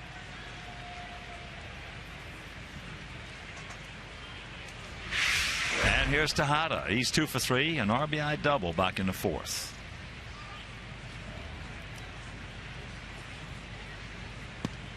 Well, there's a bit of a misconception about Brian Cashman. People say, well, he had Yankee money. Sure, he had Yankee money, but he also made some terrific deals. He's done a terrific job working under the mantra of the Steinbrenners. Which is not an easy thing to do, as a whole lot of managers have found out. I mean, I think one of the great things that Joe Torre was able to do outside of winning, which is what he did, was handle George. There's back up the middle. Alexei now will throw him out. 2 down. And get more cash back when you earn up to 5% back on purchases in categories. In categories you choose with the U.S. Bank Cash Plus Visa Signature Card. Apply today at any U.S. Bank branch. Well, when you're talking about working with George, I was there for 2 years. Remember George called me and said, come on up, I want you to work for me. I said, George, I will not come up there and work for you. I'll come up there and work with you. He said, what? I said, I'll work with you. I said, I know how you are. He started laughing. You know, that's a great read. If you have not read it, Bill Madden wrote that book, and it's called Steinbrenner. If you're a baseball fan, or especially if you're a Yankee fan, that is a really terrific read. Bill spent 2 years researching for that book, interviewed countless scores of people to get every nuance of what he could get. I'll tell you, I can't believe he got some of the stuff he got.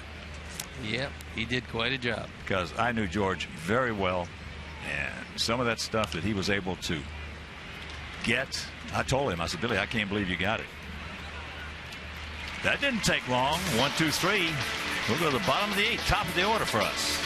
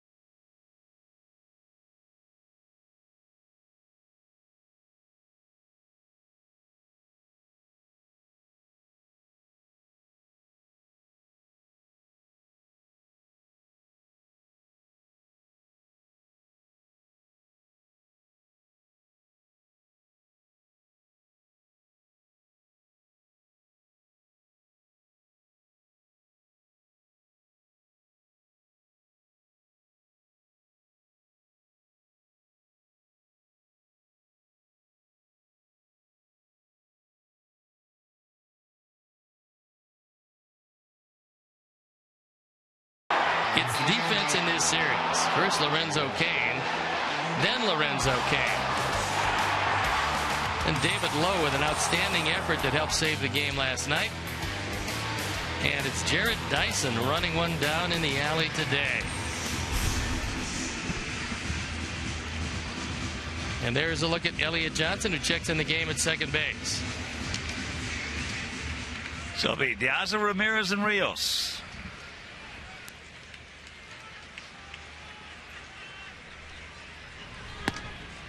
First pitch strike.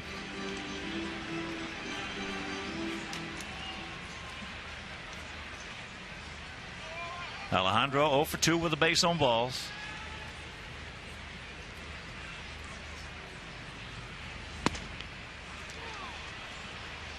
And the count 0-2.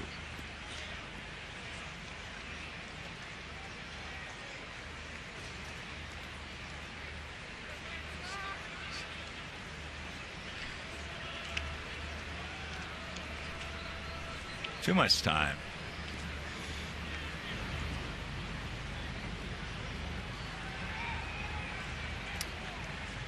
Alejandro 4 for 13 against Hochefer with a homer, a triple, and a double. Tried to backdoor him. Didn't miss.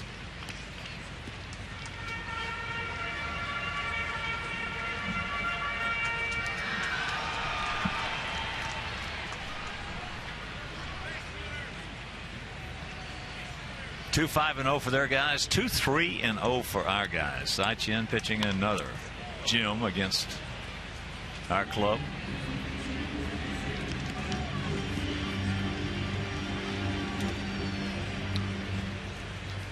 Collins, the little left-hander, and Coleman, a big right-hander.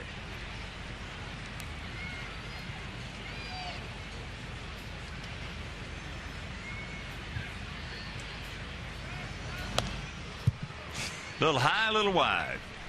2-2.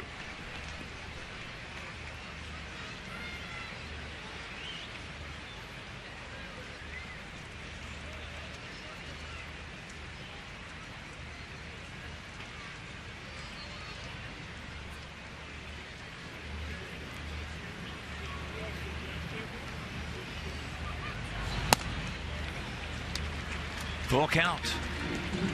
Tried to get a little something extra on the last two and missed well wide of the zone. Diaz would be a good man to get on. Had him 0-2. And got him. High strike calls. Up out of the zone. Yeah, I don't disagree with Alejandro here. This is a high slider, and as you can see, it's out of the zone. He thought it was ball 4. That's a big call that went the other way. Yep. Leadoff man at bottom of the 8th and a 2-2 tie. Especially a base stealer. So here's Alexei. He's 1 for 3.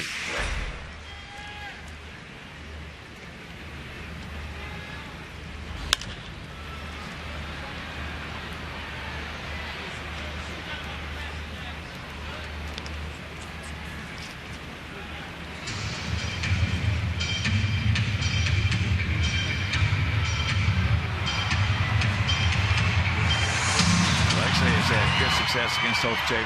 27 at bats, hitting .370 with a homer.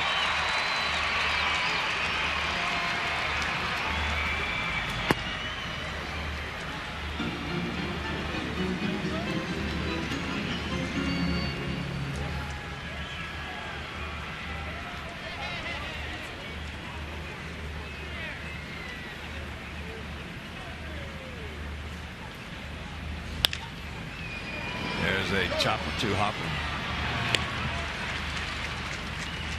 2 down. They'll bring up Rios. Alex 0 for 3 today, but he scored a run in the first inning. He hit into a 4-6 fielder's choice.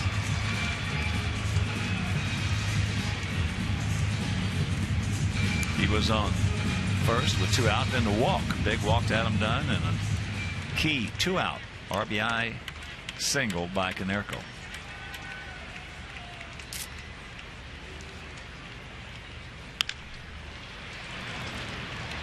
guy can throw.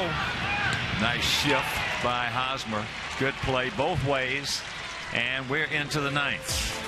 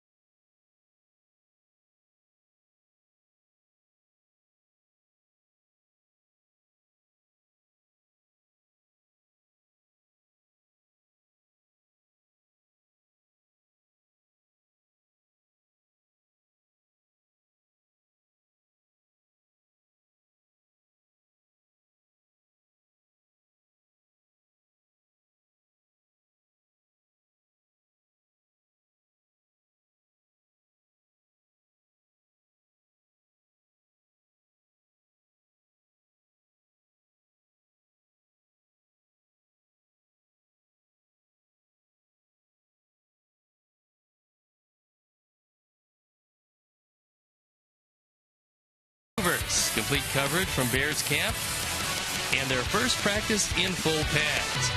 Plus, we'll close out Game 3 of the Blackhawks convention. Catch all that and more on Sportsnet Central tonight at 6:30, only on Comcast Sportsnet. And right here's a 2-2 tie, top of the ninth inning. Kateris, Dyson, Gordon, schedule hitters. Kateris 0 for 1 with a walk and was hit by a pitch. Takes first pitch strike from Nate Jones.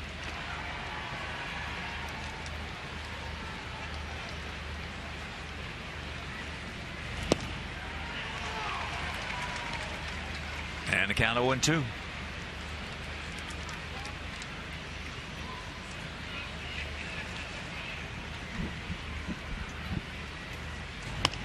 He gone. That didn't take long.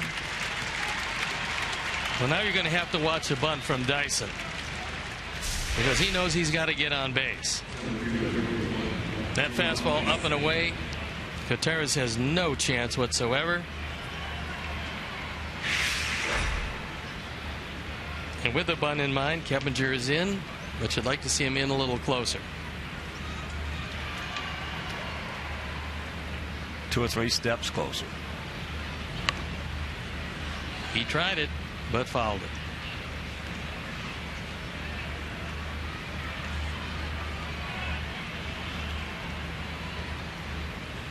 It's tough to bunt a hard-throwing right-hander up high.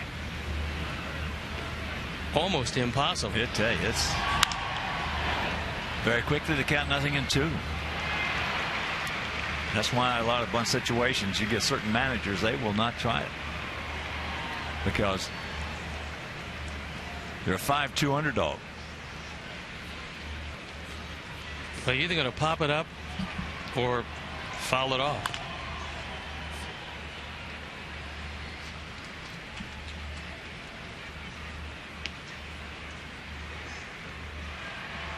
Ramon Troncoso throwing in the pen, as is Donnie Veal. Although Donnie probably warmed up enough where he doesn't have to get loose.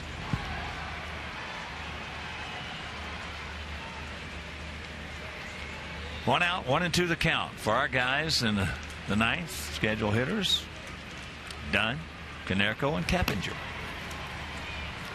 Kelvin Herrera, hard-throwing right-hander. Of course, you can say that about most of their right-handers.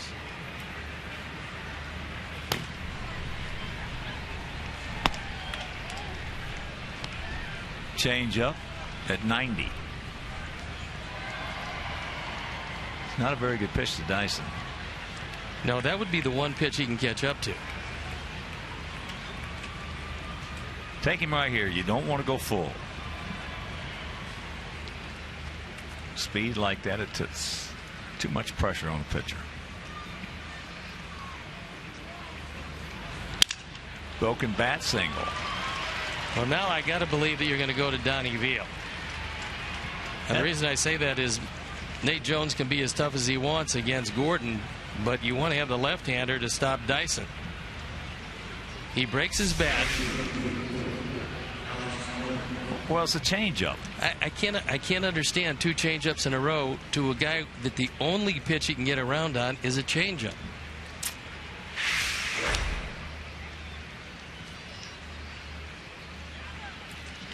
There's nobody loves the changeup more than I do, but not to certain hitters in certain situations. So here's Gordon. Well, they're going to leave him in, and I would assume, unless you want to call a pitch out first pitch, Dyson's going to be going. And the worst part about it, he's liable to steal third as well. Now, it could very well be that his instructions are throw to first base 3 times and allow Veal to get loosened up.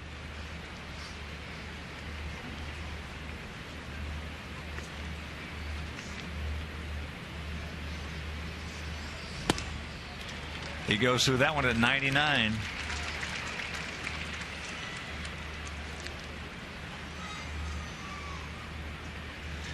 Gordon 0 for 3 against Nate Jones, and against Donnie Veal, who's 1 for 6. Dyson, good lead.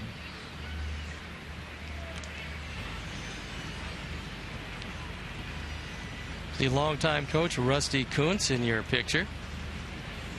One of baseball's great guys. He is that.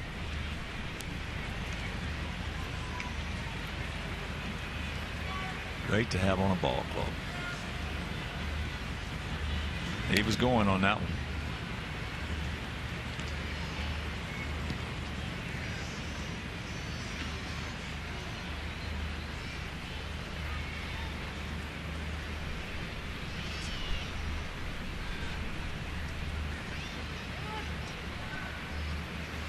And once again, a little confab.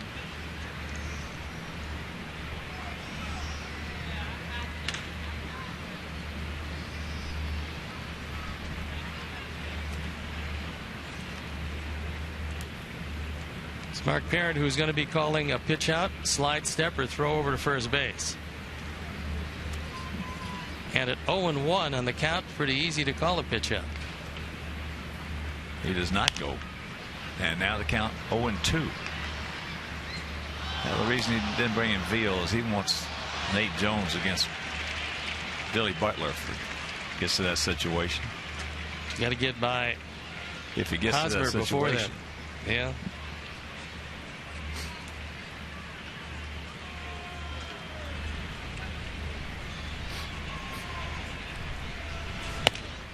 One and 2.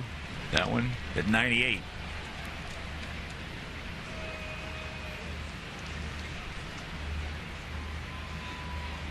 Escobar on deck.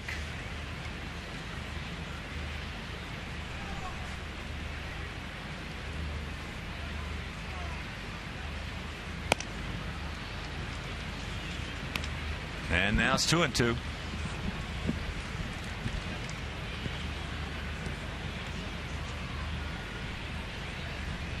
If he's going to go, this will be the pitch. Big at bat in this ball game right here. Here he goes.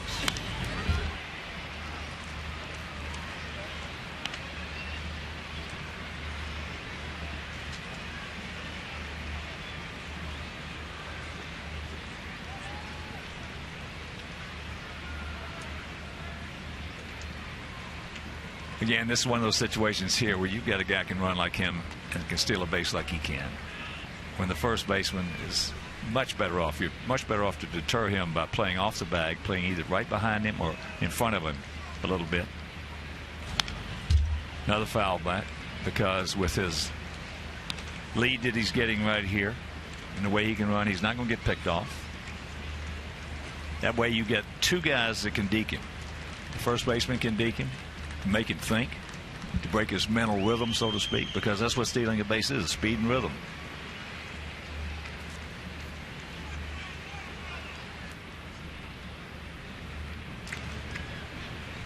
He was leaning the other way, but Nate does not have a particularly good move to first, so that's why he can't pick him off. Yeah, his move is just kind of toss it over there, and I'm letting you know that I know you're here. You're better off letting the first baseman try to hold him on, so to speak. That lead this time is way out there at first.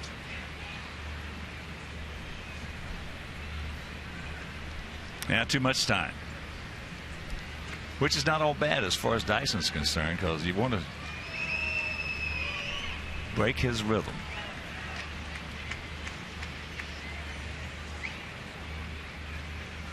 There he goes.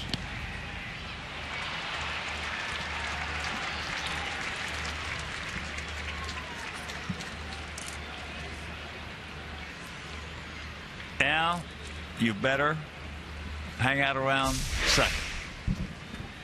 He picked a good pitch to run, because on 2-2, especially when a slider's called, it's pretty hard to get the handle.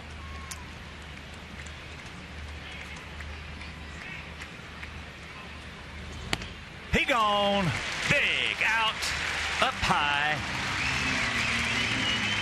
2 down.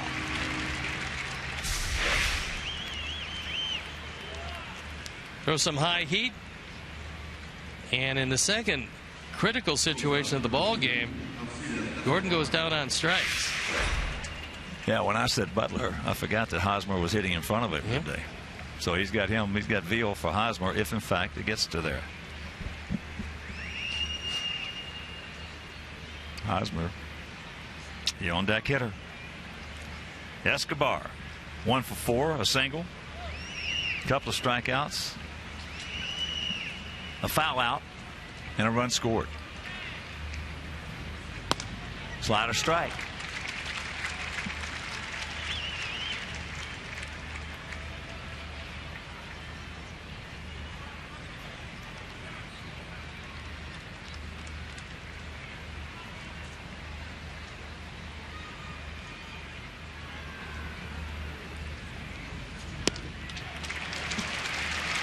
And the count 0-2. One more of those, and this at bat will be over. For the year, 310 with the runners in scoring position, but not against last 2 sliders that Nate threw.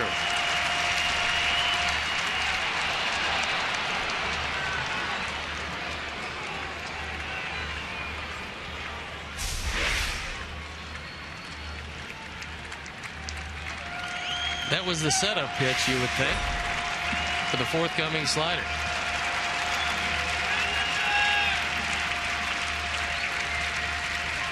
There goes Dyson. And he got a piece of it. So they're just going to give him third base. Beckham way back. Alexei way back. The only problem with doing that, and it is the only problem, is if he throws a hard-breaking slider that gets away from Flowers, if you can seat him third base, and that ball rattles around, he can score from second. And it doesn't have to go very far away. It does not. He didn't go that time. Got no idea why not. I'm glad he didn't. So 2 out, 2 balls, 2 strikes. Well, with the closest man to him, Brian Gorman, and he's the umpire, so he's not going to catch the ball. They're just saying, here, take third. That time he didn't do it.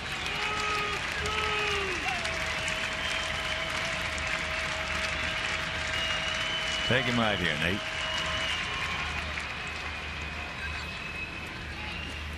Just a token move. I was going to say, the inside move is only effective if there actually is somebody to throw the ball to.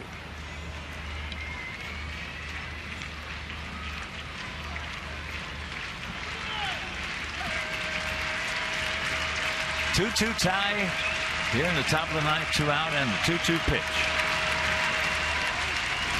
Yes, he did. He gone. Terrific job by Nate Jones. And we'll go to the bottom of the ninth. Dunn, Konerko, and Keppinger.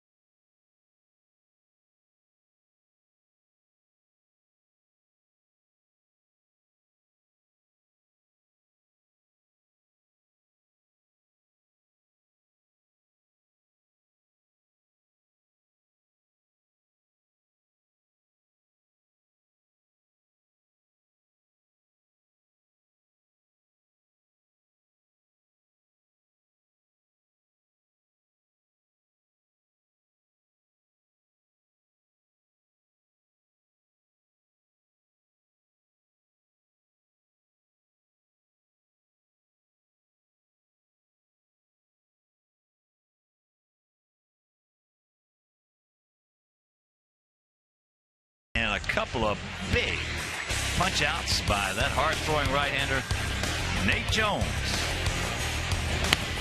Alex Gordon. Alcides Escobar. And that is our Miller moment. And a pitching change. Kelvin Herrera. Hard throwing right-hander. He can touch triple digits. Salvador Perez comes in the game behind the plate. So brand new battery for Kansas City. Has one run is all it'll take.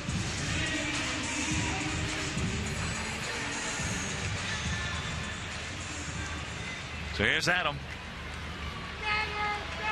Adam is the reason we are tied at 2. They were leading 2-1 in the 6th inning. He tied it up. He's 1 for 2 with a walk in that homer. But he's 0 for 6 against this guy. Time now for the Avery Super Slow-Mo replay, and it's the reason why it's a tie game. Bruce Chen didn't make too many mistakes, but he made one to the big man. They got him. 1 out. Johnson throws him out. And that'll bring up Pauly. Pauly 1 for 3 with a 2-out RBI single in the 1st inning.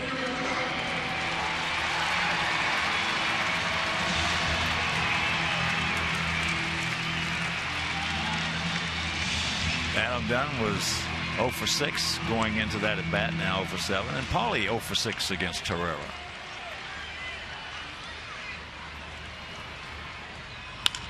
There's a shot right to Johnson. That's a hang with him for Pauly.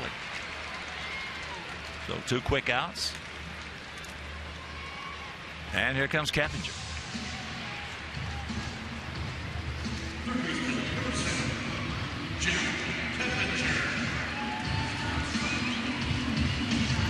Keppinger has gone out to left, to center, and popped up to third.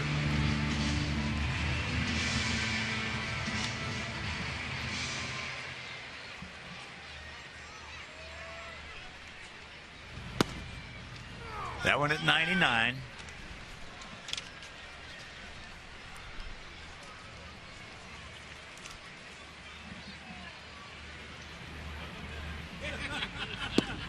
That breaking ball 0-2.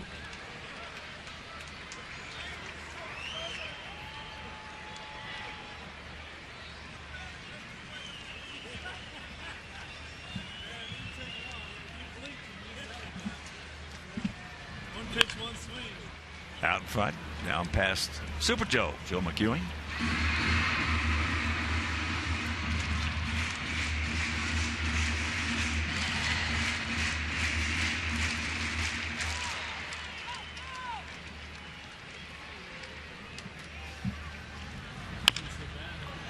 Chopper, Johnson.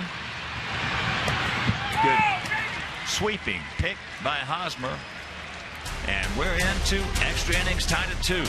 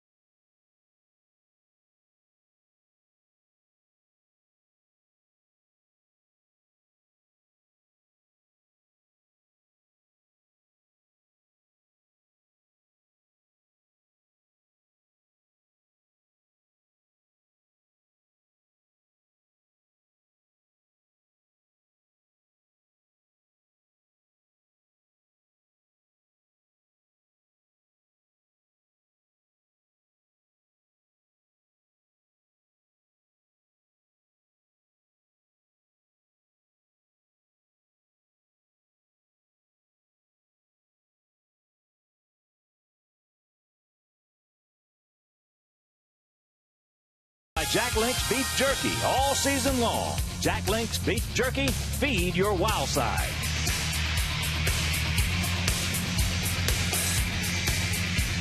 Beautiful view of the fountain downtown.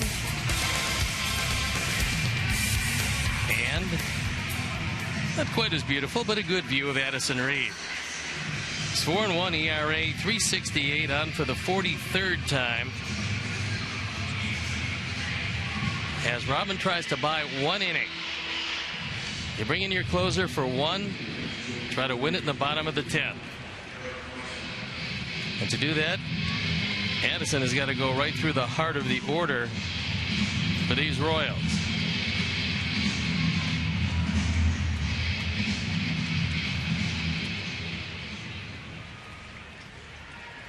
Hosmer, Butler.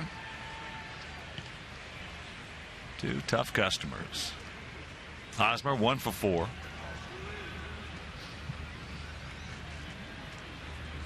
And he has faced Addison 5 times, and he has drawn a collar.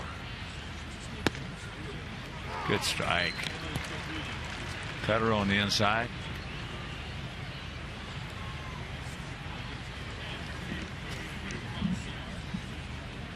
Extra innings for Kansas City. This is the 8th. In the first 7, they are 6-1.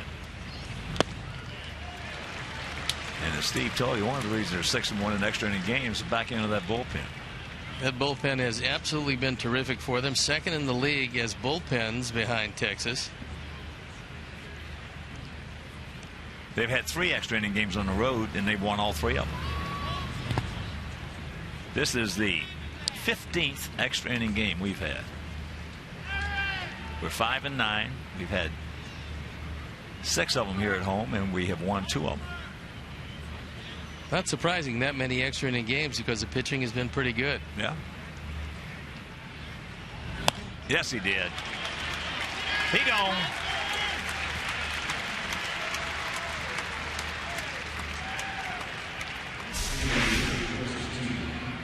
Twelve strikeout for our guys. He gets rung up. Went a little too far. You can see a little better from the side. Hands just got out there just enough. So here's Butler.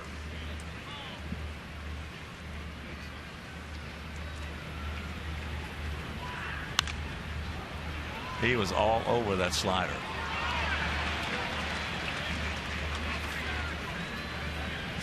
It's not the place that hasn't wanted to throw it. Tyler wants it low and away, and this ball kind of rolls about belt high on the outer portion.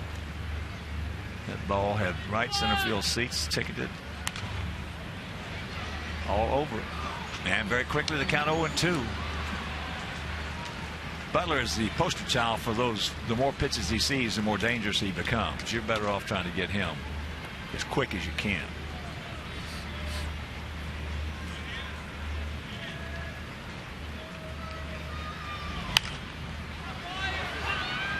Upper tank, Souvenir.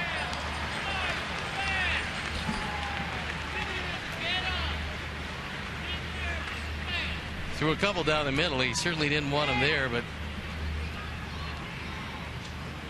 Billy was a little late on the last one. Ooh, that was a perfect pitch, and he didn't get it. When you make that kind of a pitch, you expect to get this a called third. Take a look where this one appears. That is right there. Yep. That's a good strikeout. Meanwhile, gets away with it by popping him up. Diaza.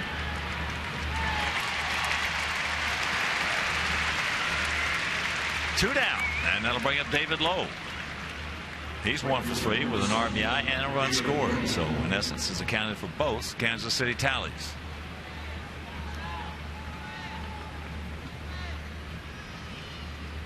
Bottom of the 9th in the Bronx, tied at 5 with Tampa Bay.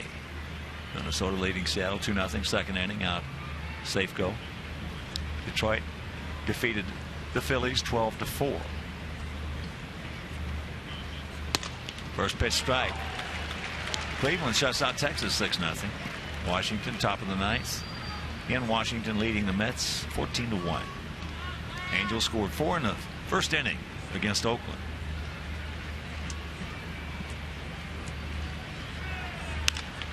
And that's popped up, playable. So a terrific and quick, neat, efficient inning for Addison. And we'll go to the bottom of the 10th. Viciedo, Beckham, and Flowers.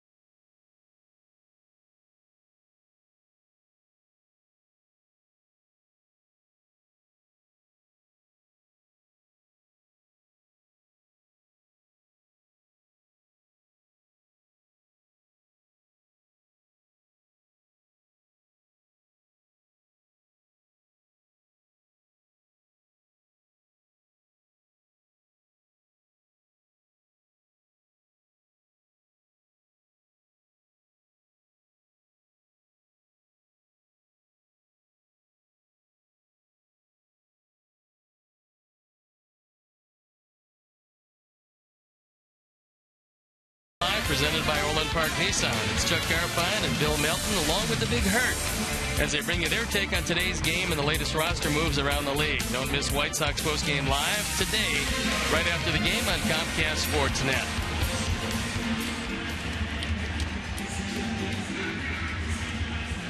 Viciedo, Beckham, and Flowers. They're in the bottom of the 10th. 2-6-0 for them. We have 2 runs on 3 hits. Ramirez, a first inning single. Canerco, a 2-out RBI single in the first, knocking in Rios, who hit into a fielder's choice. And then we only had one other hit. That was a homer by Dunn over the center field fence to tie it at 2.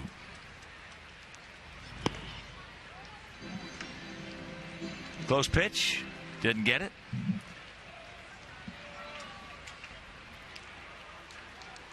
Tank 0 for 3.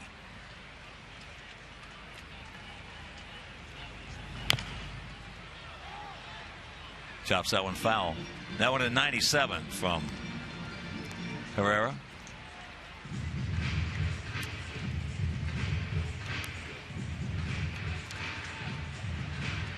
We've only had 2 walk-off homers this year.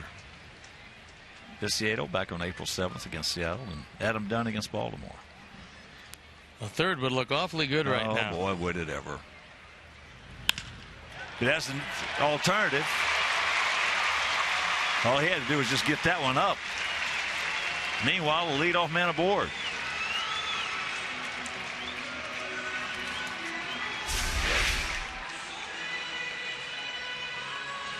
He gets that 98-mile-an-hour fastball and takes it right over the head of Johnson at second. So that's the winning run.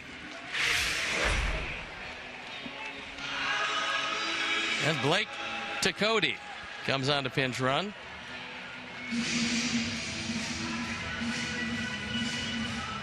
And here's Beckham. Gordon hit by a pitch, popped up to left, grounded to short.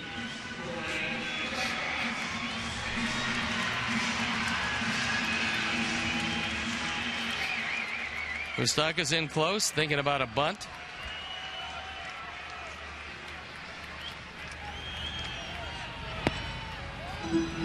Takes the ball. Pretty good pitch, and Herrera did not get it.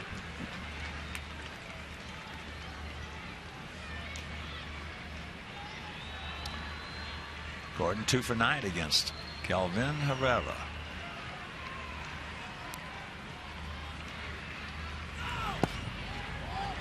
And the count 2-0 now. Will he flip-flop it?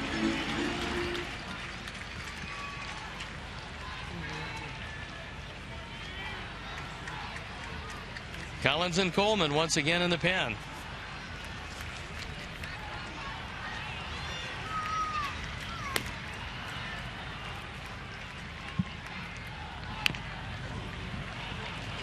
As we talked about earlier, that one at 99 is tough to bunt a hard throwing right-hander. And if you bunt it with anything on it to Hosmer, it's going to be very tough, even with the speed of Takoti, to get to second base.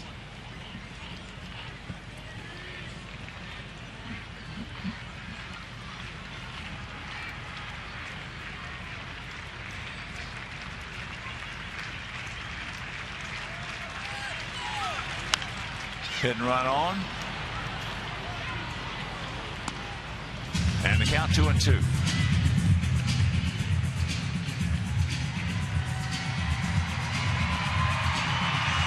Yeah, it's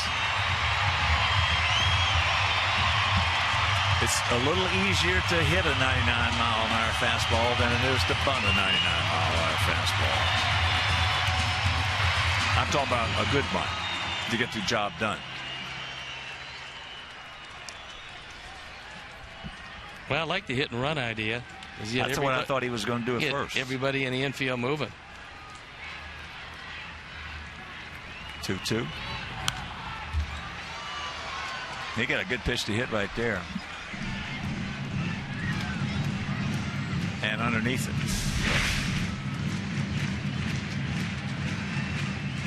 This one a changeup, and it's right over the middle of the plate, just above belt high.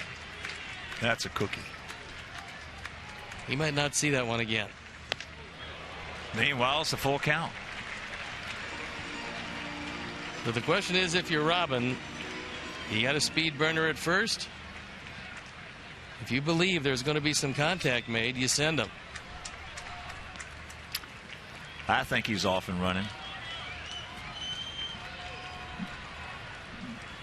Outfield, round to the right, gap out there in left center.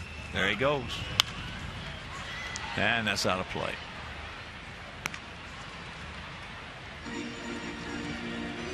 Now Escobar comes on.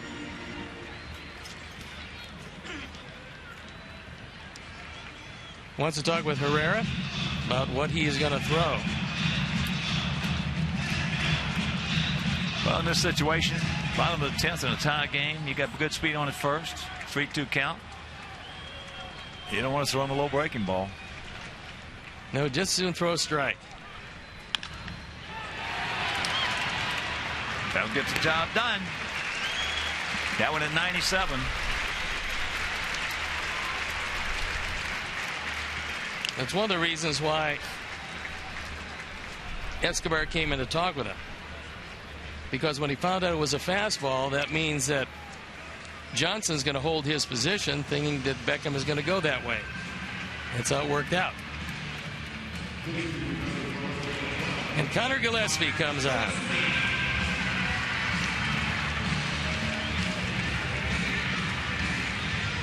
Tyler was 0 for 3 today. And here comes the manager.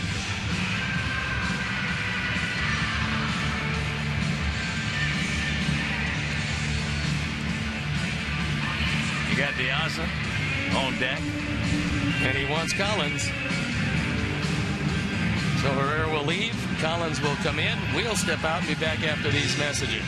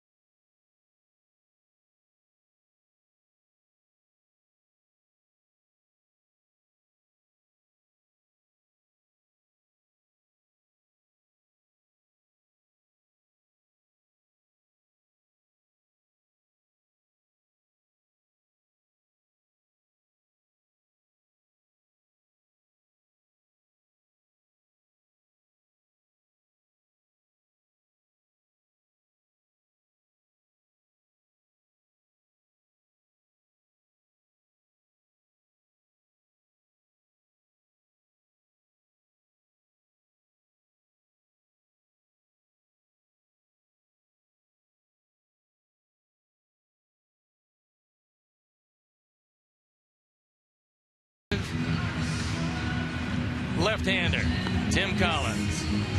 2-5 this year. ERA is up there for him.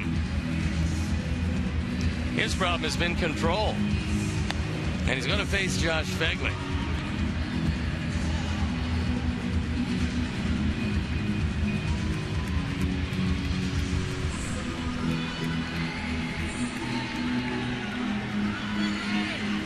So Fegley hitting for Gillespie. 2-6-0 for their guys, 2-4-0 for our guys here in the 10th inning. 15th extra inning game for our Sox.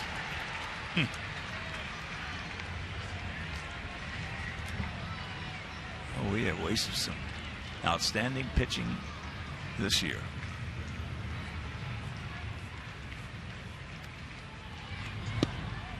Takes it right there for a strike. That one at 94.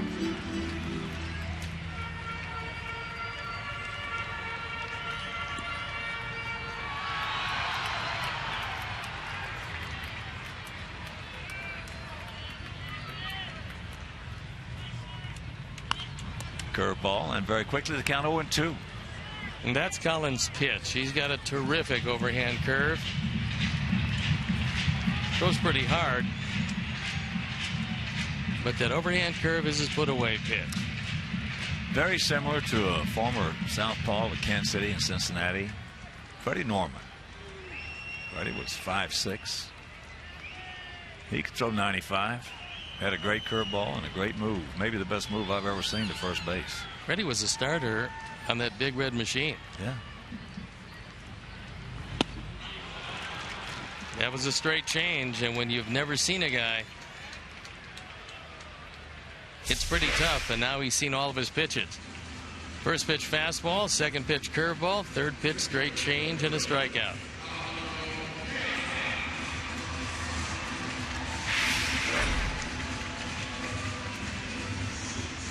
So here's Diaza.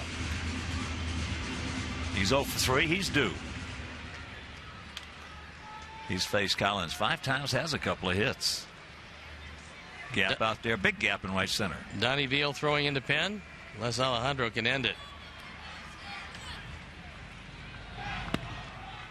Curveball, no.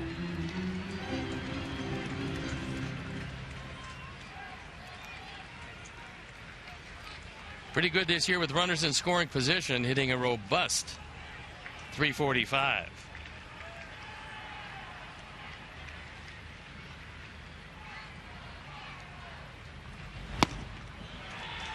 Count evens, that one at 94.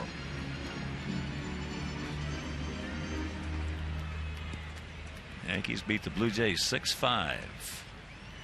Toronto edges out Houston. Another close ball game. They lose it 2-1. Yeah, Tampa Bay. Yankees beat Tampa Bay. Houston lost another one 2-1.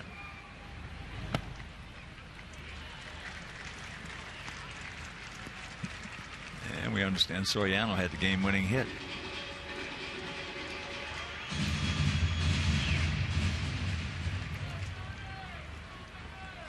But right here, we need a hit.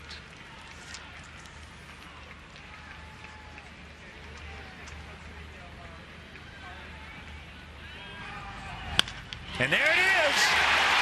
Here he comes. Here's the throw. And they got him. What a throw by Dyson, right on the money.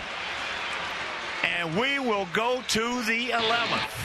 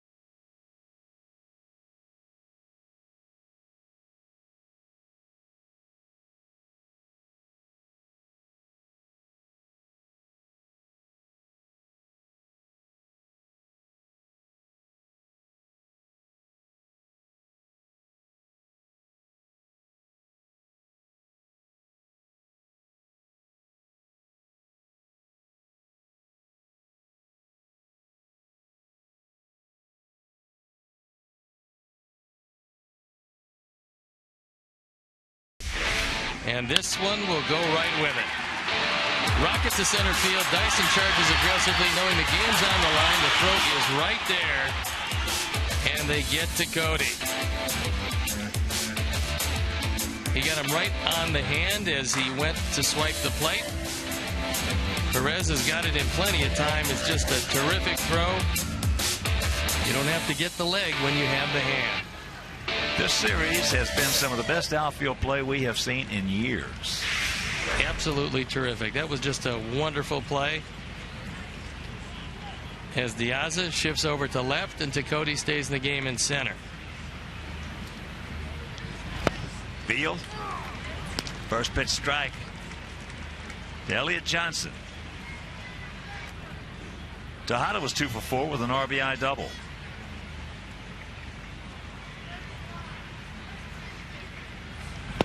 Yeah, unbelievable catch by Gordon in last night's game off Faciedo. Lorenzo Cain with 4, with 2 spectacular catches, and now Jared Dyson, and of course David Lowe's game-saving catch last night in the bottom of the 9th inning. Well, everything had to align perfectly for Jarrod Dyson, because when you're a center fielder, you have the mound to deal with. He charged that ball as aggressively as he could. He threw it as quickly as he could, and the mound didn't interfere with the throw at all. Got to Perez in plenty of time. He gone. That hit him, Yeah. and he's saying he swung at it. He did swing at it. And even though it did hit him, if you swing at it, you're out. Now, he wants Sonny Randazzo to appeal it to Larry Vanover, but he's saying he swung. And Ned knows that. Yeah, the net understands it. Yep. See it here? He swings at the ball. It hits the back foot. Now, he's just hoping that he doesn't get a called swing, but he obviously did swing at it. But again, that's symptomatic with the season we are having. For these outfielders to make that many great plays in a 3-game set, if you're going good, it's just out of their reach. That base hit by Diaz is a few feet to the right or a few feet to the left. Or the throw hits the mound and bounces one way or the other. That's all symptomatic of being or having a bad year.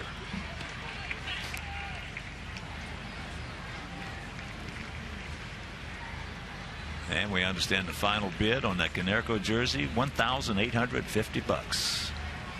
And that is a steal. And there's a jam to Cody. So Moustakas is retired.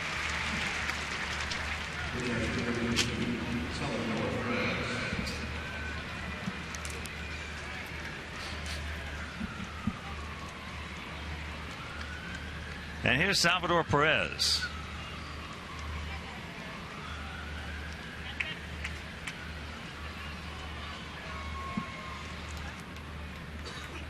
This young man, boy, the more you see him play, the more you like it. He's 6'3", 250 pounds, and he moves around extremely well behind that plate. And if he's not the leader, he is one of the leaders on this team. Well, you know, Steve, he can get the ball. If you take from the time it hits the catcher's mitt to the time it hits the second baseman or the shortstop's glove, he can get the ball down there as quick as anybody in this league. Well, excellent footwork. Major League average is 2 seconds, 2.0. He's probably consistently in the 1.86s, maybe lower. Good job by Donnie Veal. Strikeout, couple of flyouts, and we'll go to the bottom of the 11th.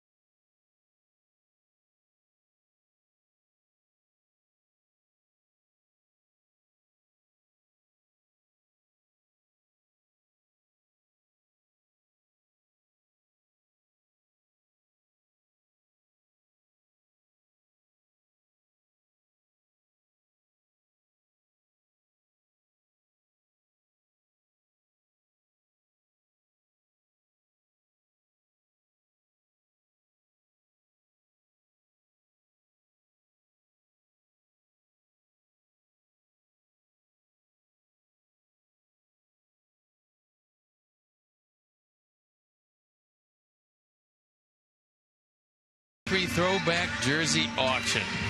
Harold Baines went for $601 and $99, of course. Robin Ventura's went for $800. Gordon $5 1/4. That's a gift. Yeah, it is. Lexi Ramirez for just $500. Adam Dunn's for $450. But Paulie, $1,850. Chris Sale $1,001.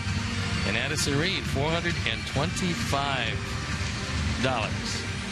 Well, we thank you all. Jersey, they're going to be glad they did a few years from now. Yep, I think so. I think they will. And Aaron Crow comes into the game on for the 40th time. He's 6-3, the ERA 3.06. Another #1 draft pick that made the transition from a starting pitcher to a pensman.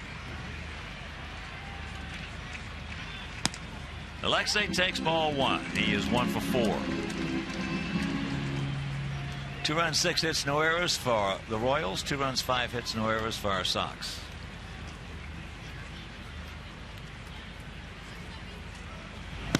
Oh, 2-0. Well, occasionally, because Crow is a rapper, meaning he wraps his hand behind his body and then has to uncurl his wrist, sometimes it gets out of sync. And when that happens, you've got some control issues. On the other side of that page, well, I've never seen a rapper that didn't have a good curveball. No, there's been some good ones. Rick Sutcliffe, Don Sutton, a couple of them.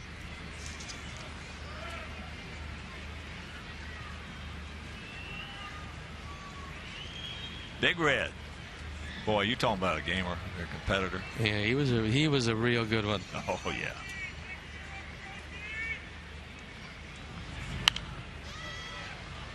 Two and two the count.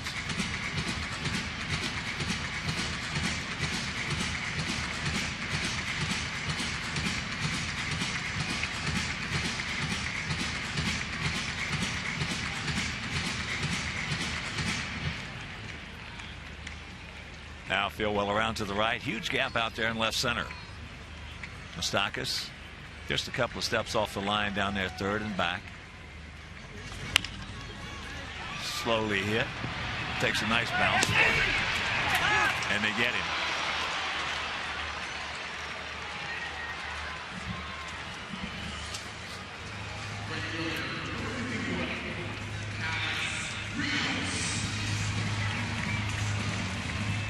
So here's Rios.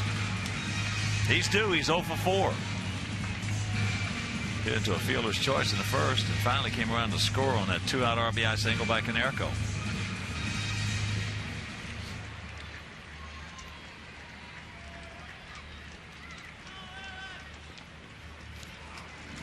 Breaking ball strike.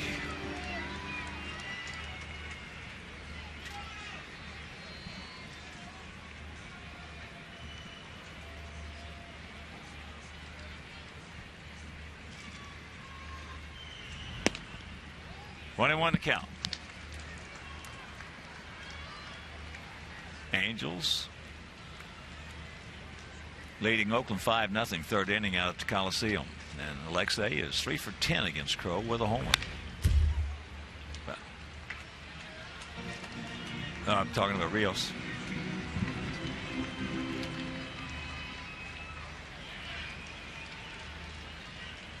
Marlins beat the Pirates 3-2. Lester and Red Sox shut out Baltimore 5-0.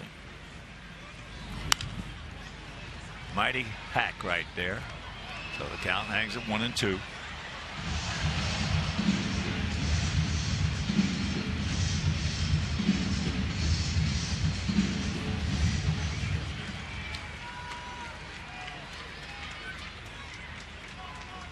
Come on, Alex. That ball hit high into left center field. Dyson on the track.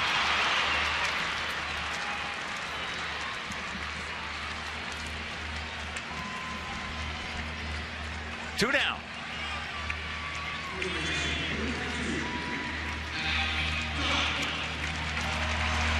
So here's Adam, 1 for 3. That homer, his 25th. He now has 62 knocked in.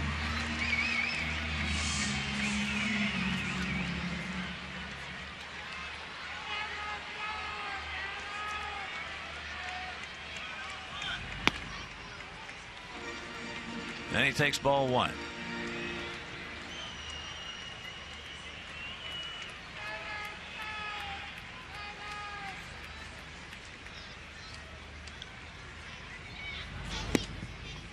That evens it.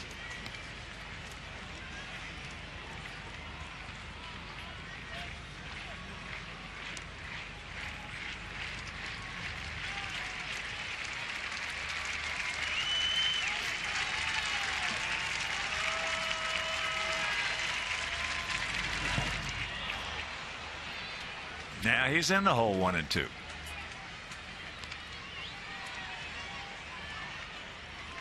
That's one you wouldn't have minded to see on strike 3. As good as Perez is, he wasn't going to be able to chase that one to the screen and throw him out.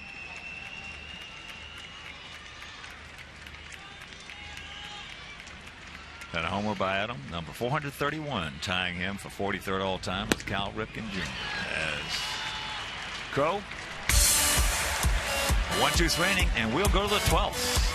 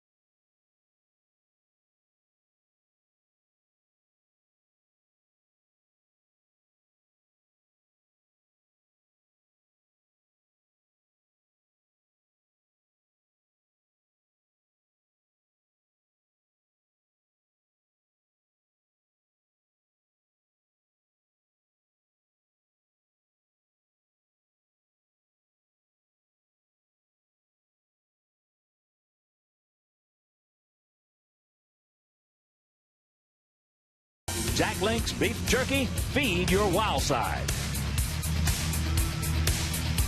Top of the 12th inning in a 2-2 tie. It'll be Dyson, then back to the top of the order with Alex Gordon and Alcides Escobar. Donnie Veal, who had a very efficient, quick 1-2-3 11th on the bump. Now you're going to have to watch the bunt from both sides. Adam is still back at first. Takes the bunt, takes the ball. Dyson 1 for 3 with a stolen base.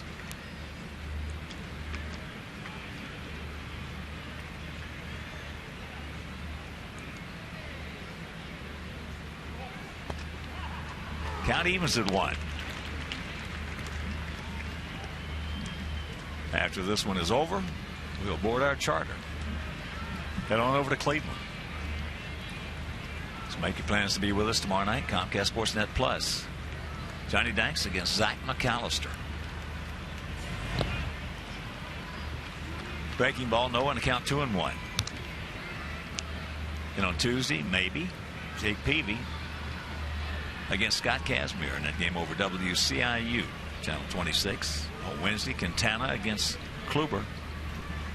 And the game right back here on Comcast Sportsnet. And the count evens at 2. And on Thursday in the finale of that series, Chris Sale against Justin Masterson, and this will also be right here on Comcast Sportsnet.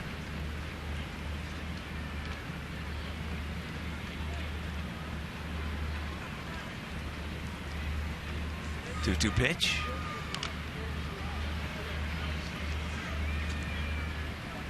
And after that series, it's off to Detroit for 3. Then we come back on the 5th. 3 with the Yankees, 3 with Minnesota, and 3 with the Tigers. Make that 4 with Minnesota. That Friday is a split doubleheader. So a 10-game homestand. Here's where you just want to throw him a fastball and see how far he can hit it, because the last thing in the world you want to do is walk this guy.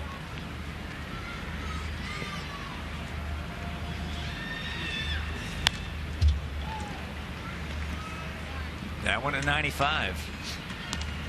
Beal's picked up a couple of miles an hour since coming back from Charlotte.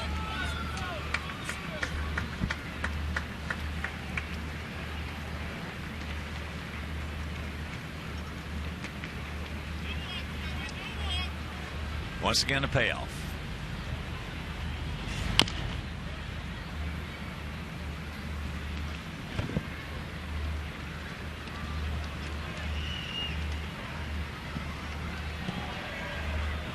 Boy, if Dyson could ever learn to chop the ball down like Matty Alou did, he'll hit 350. Never be able to get him.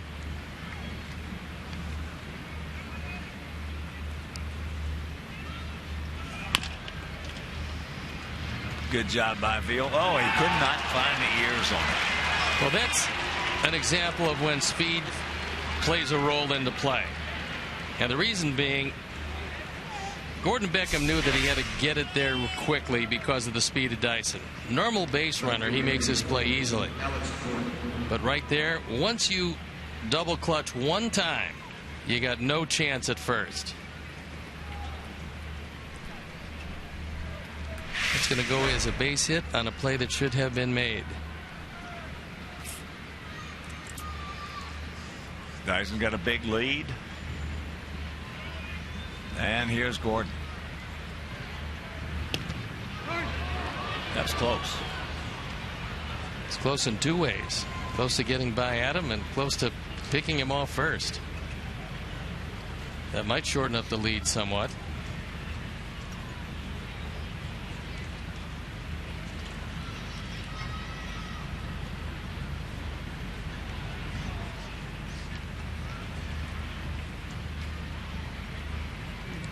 Long set.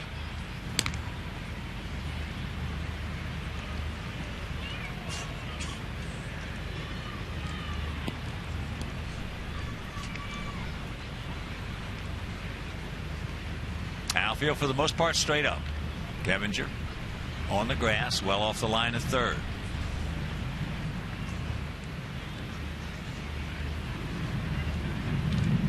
There he goes.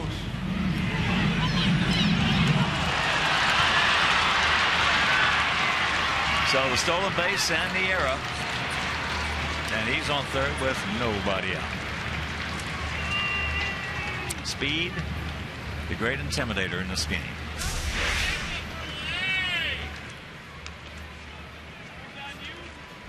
You would have taken a perfect throw to get him anyway, but this one gets by Alexi and then gets by Beckham. Now the infield has to come in, and first major league error for Josh Phegley.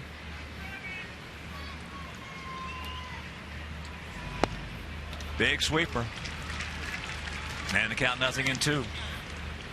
A couple big situations. Face high fastballs have been thrown right by Gordon today.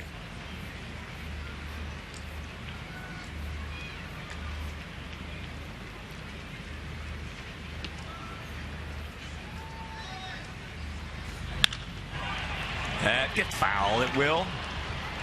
Hanging slider that time. And we catch a break.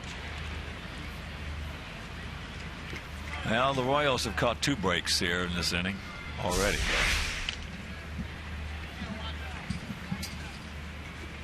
That one rolling over the middle of the plate.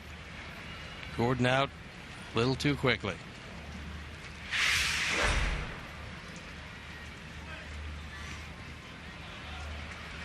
He did not go. Nope. 1-2 the count. That's the reason that Ricky Henderson's the greatest offensive player I've ever seen.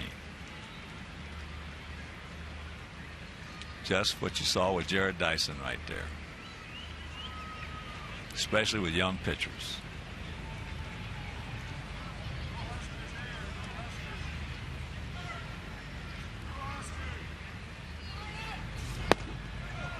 Two and two.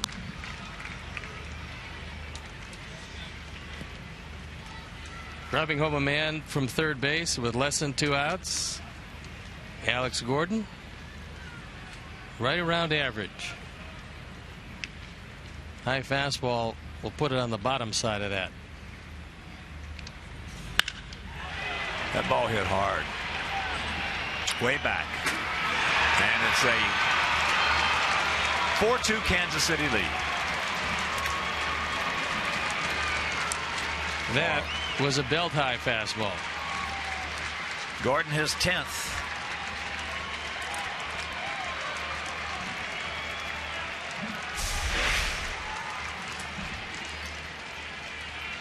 That ball right down the middle. Our Ford home run replay.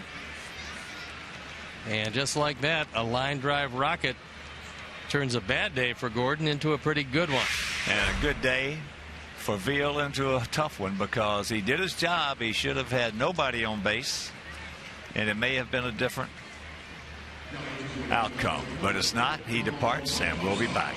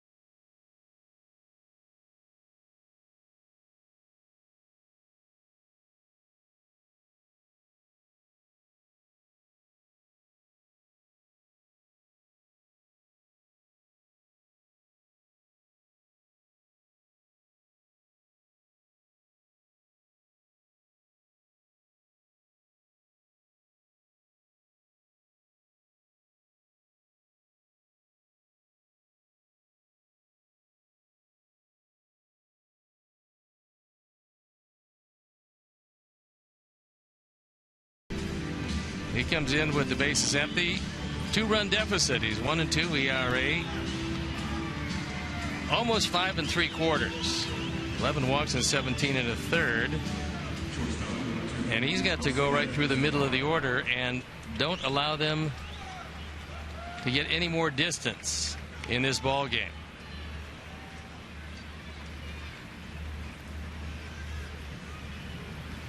Here is Escobar. First ball, Honey.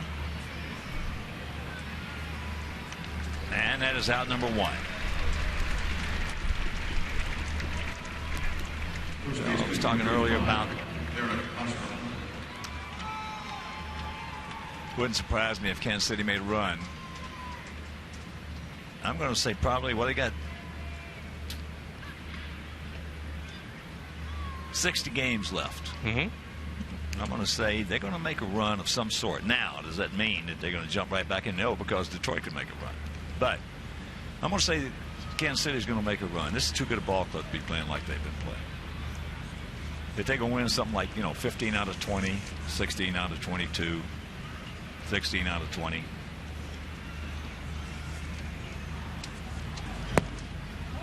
That bullpen they got, the way that outfield can play.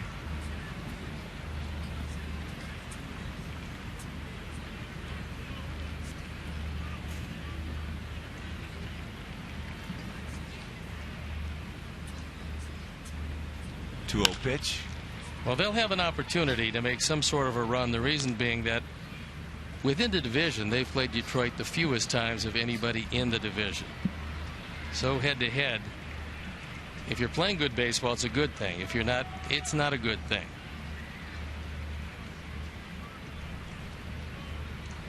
Well, it's not who you play, it's when you play them. It's true. And that is fouled off the facade. Back down into the lower bowl.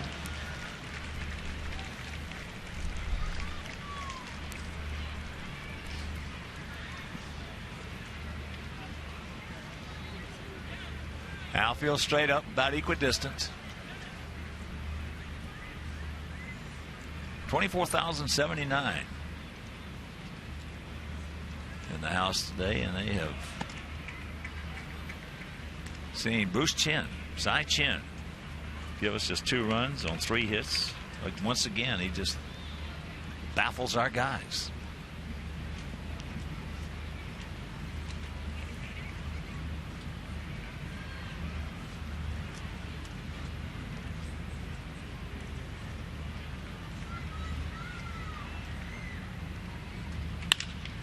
That's just foul. Well, as we know, there's all kinds of ways to win and there's all kinds of ways to lose baseball games. But when we think back of this series, we're going to think about outfield defense, because it really doesn't matter who they had out there, but they all played a big hand in every one of these games. Today, it was Dyson. Well, let's save the game for him, as last night it was David Lowe who saved the game for him. And Kane. And Kane. Yeah. And Kane did it in game 1. So we've had 3 outfielders. How many times are you going to see that save 3 games in a 3-game set just with the defensive play? So that's out number 2. Well, this year, Kansas City against Detroit is 5-3. Yeah. So, but you take last year, which is Kansas City is a different ball club than last year. Yes, they are. They were just 5-13, but 5-3 against them this year, so that bodes well for them in the psyche of that series. Yes, here is Butler.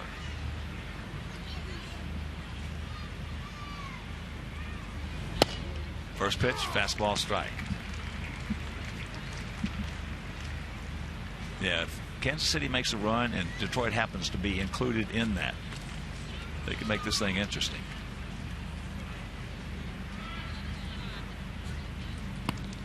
Well, there's another team that's sitting right there that we're going to see up close and personal in this next series, and that's the Indians. Yeah, they're much improved over last year. There's no question. Swisher's been, has been a big addition to that ball club. And Bourne. And Bourne, and then you take Mark Reynolds. Mark Reynolds has had some huge home runs for that team. So it's a different looking ball club. Cincinnati has done a good job over there. Well, this was the first time in a while where the ownership said, you can spend some money. Get a team that's a representative ball club, and we'll try and see if our youngsters will come around.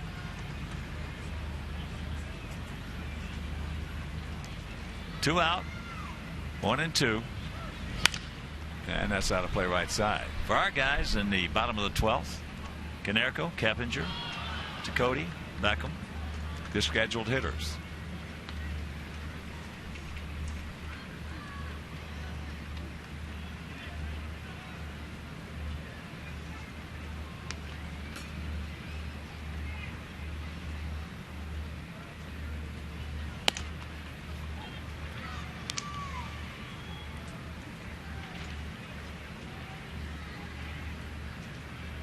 I remember that one run we had, and may have been 2000. We had a 36-game stretch. Got him, but the 2-run homer by Gordon will go to the bottom of the 12th. We need 2 to tie.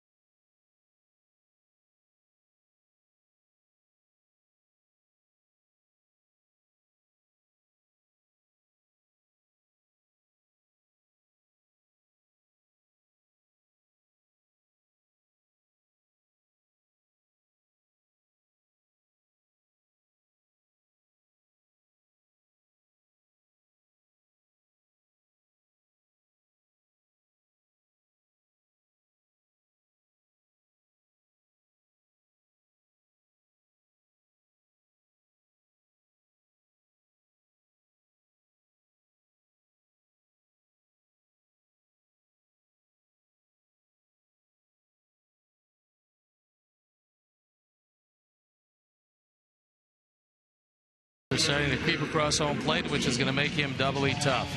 He's 2-1 with an ERA of 185. 26 of 28 in save opportunities.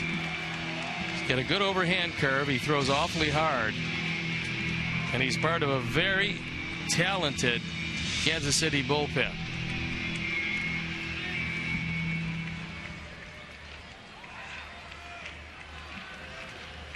Well, for me, the most impressive thing about Holland is he just comes right at you. First pitch strike, that one at 94. And I mean, even when he does not have his real good fastball, he still comes right at you. Well, that's what a closer has to do. Yeah. You can't nibble around the corners as a closer. He's not afraid of the bat.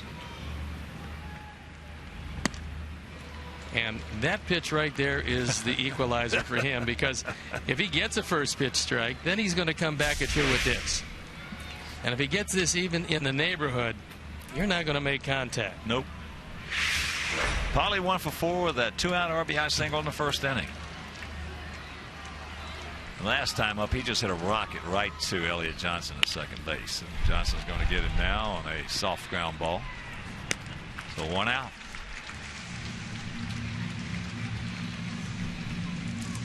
Paulie just had to stay alive. Right. The bad break he caught was Holland through strike 1.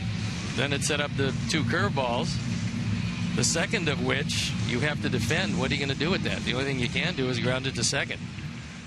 But you hit it right on the head. First pitch, strike 1. Makes it a completely different at bat. And there's a base hit. So Keppinger now 1 for 5. That'll bring the tying run to bat as he tries to sneak ahead with a fastball again. And Jeff Keppinger takes it right back into center field.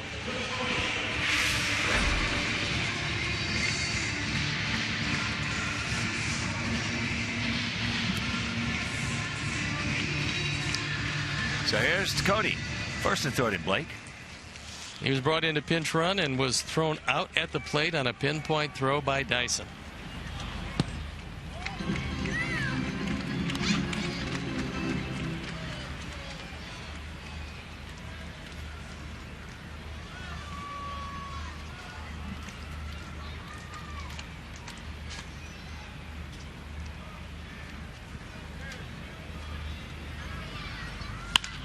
He will. Keppinger now will pull up with the speed of Dyson on how quickly he got to that. So 1 out, tying runs aboard. And here comes Beckham. And you know what's on his mind. Line drive base hit.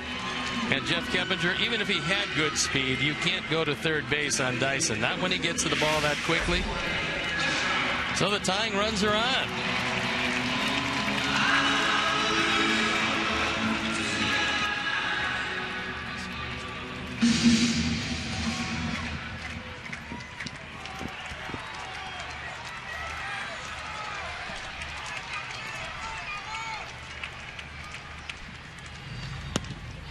Yeah, when Gordon couldn't find the ears on that ground ball by Dyson leading off the top of the 12th, you know what's on his mind. Little payback.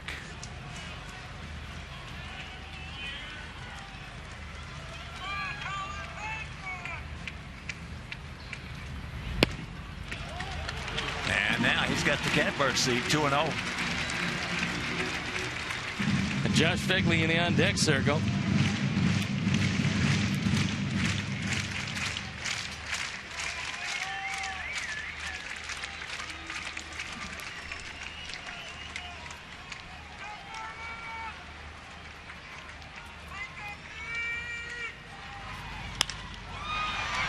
That's in the right field. That's a can of corn. Low.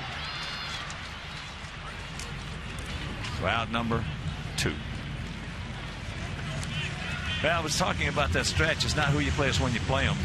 You know, and Dave Ross just looked it up. In 2000,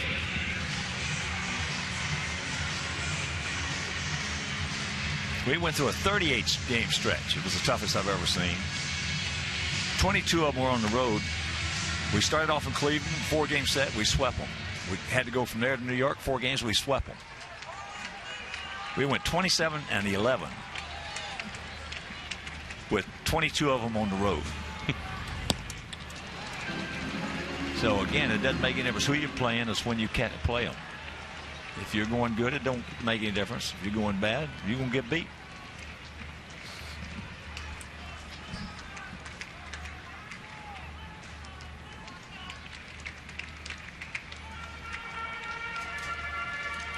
Tying runs the board, 2 out, 0-1 to count.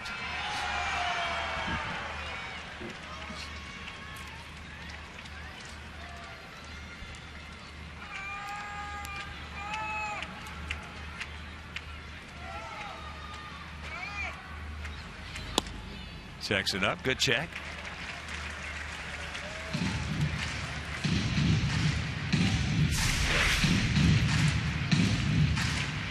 Good curveball. Good check.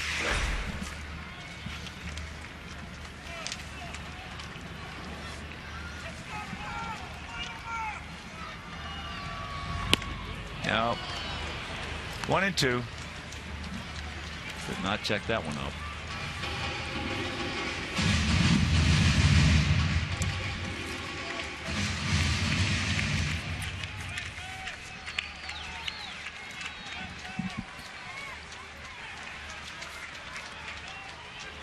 Give him a thrill right here, Josh.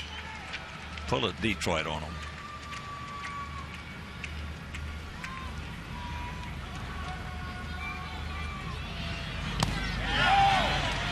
He did not go. Pretty good stop by Perez, and that makes a huge difference because it puts runners at second and third if he doesn't knock this one down. You see him turn the glove over. His first thought was to backhand it, then realize that it was going to bounce in front of him. Steve, against us, this guy is as good as anybody in the league. No, I think he plays this well against just about everybody.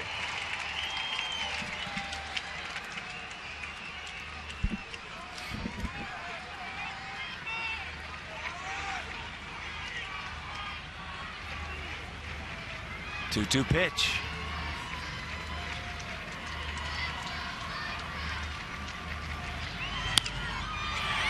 When that ball comes down, this series, this homestand will be over, and the Royals sweep us.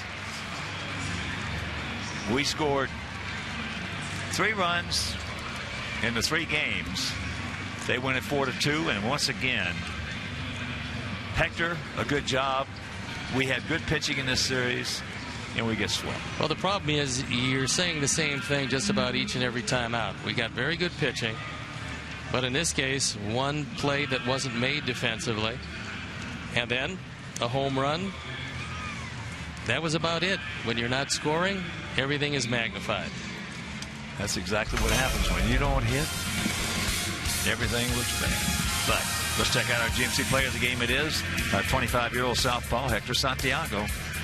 6 innings, 6 2/3, 2 runs, 5 hits, 4 walks, 7 strikeouts. Our GMC player of the game. So for my partner, Steve Stone, our director, our Hall of Fame director, Jim Angio, our producer today, Todd Benjaminson, our associate producer, Dave Ross, our technical manager is Mark Harper, the executive producer, Jim Corno Jr., for the mayor, Mean Joe Groove, also for Mike Mayer, Frank D'Amato, Jeff Hilbert, Doug Bullard and Sound. This is a Hawk. So long, everybody. Coming up next, the Orland Park Nissan postgame show with Chuck and Bill. You've been watching Chicago White Sox baseball on Comcast Sportsnet.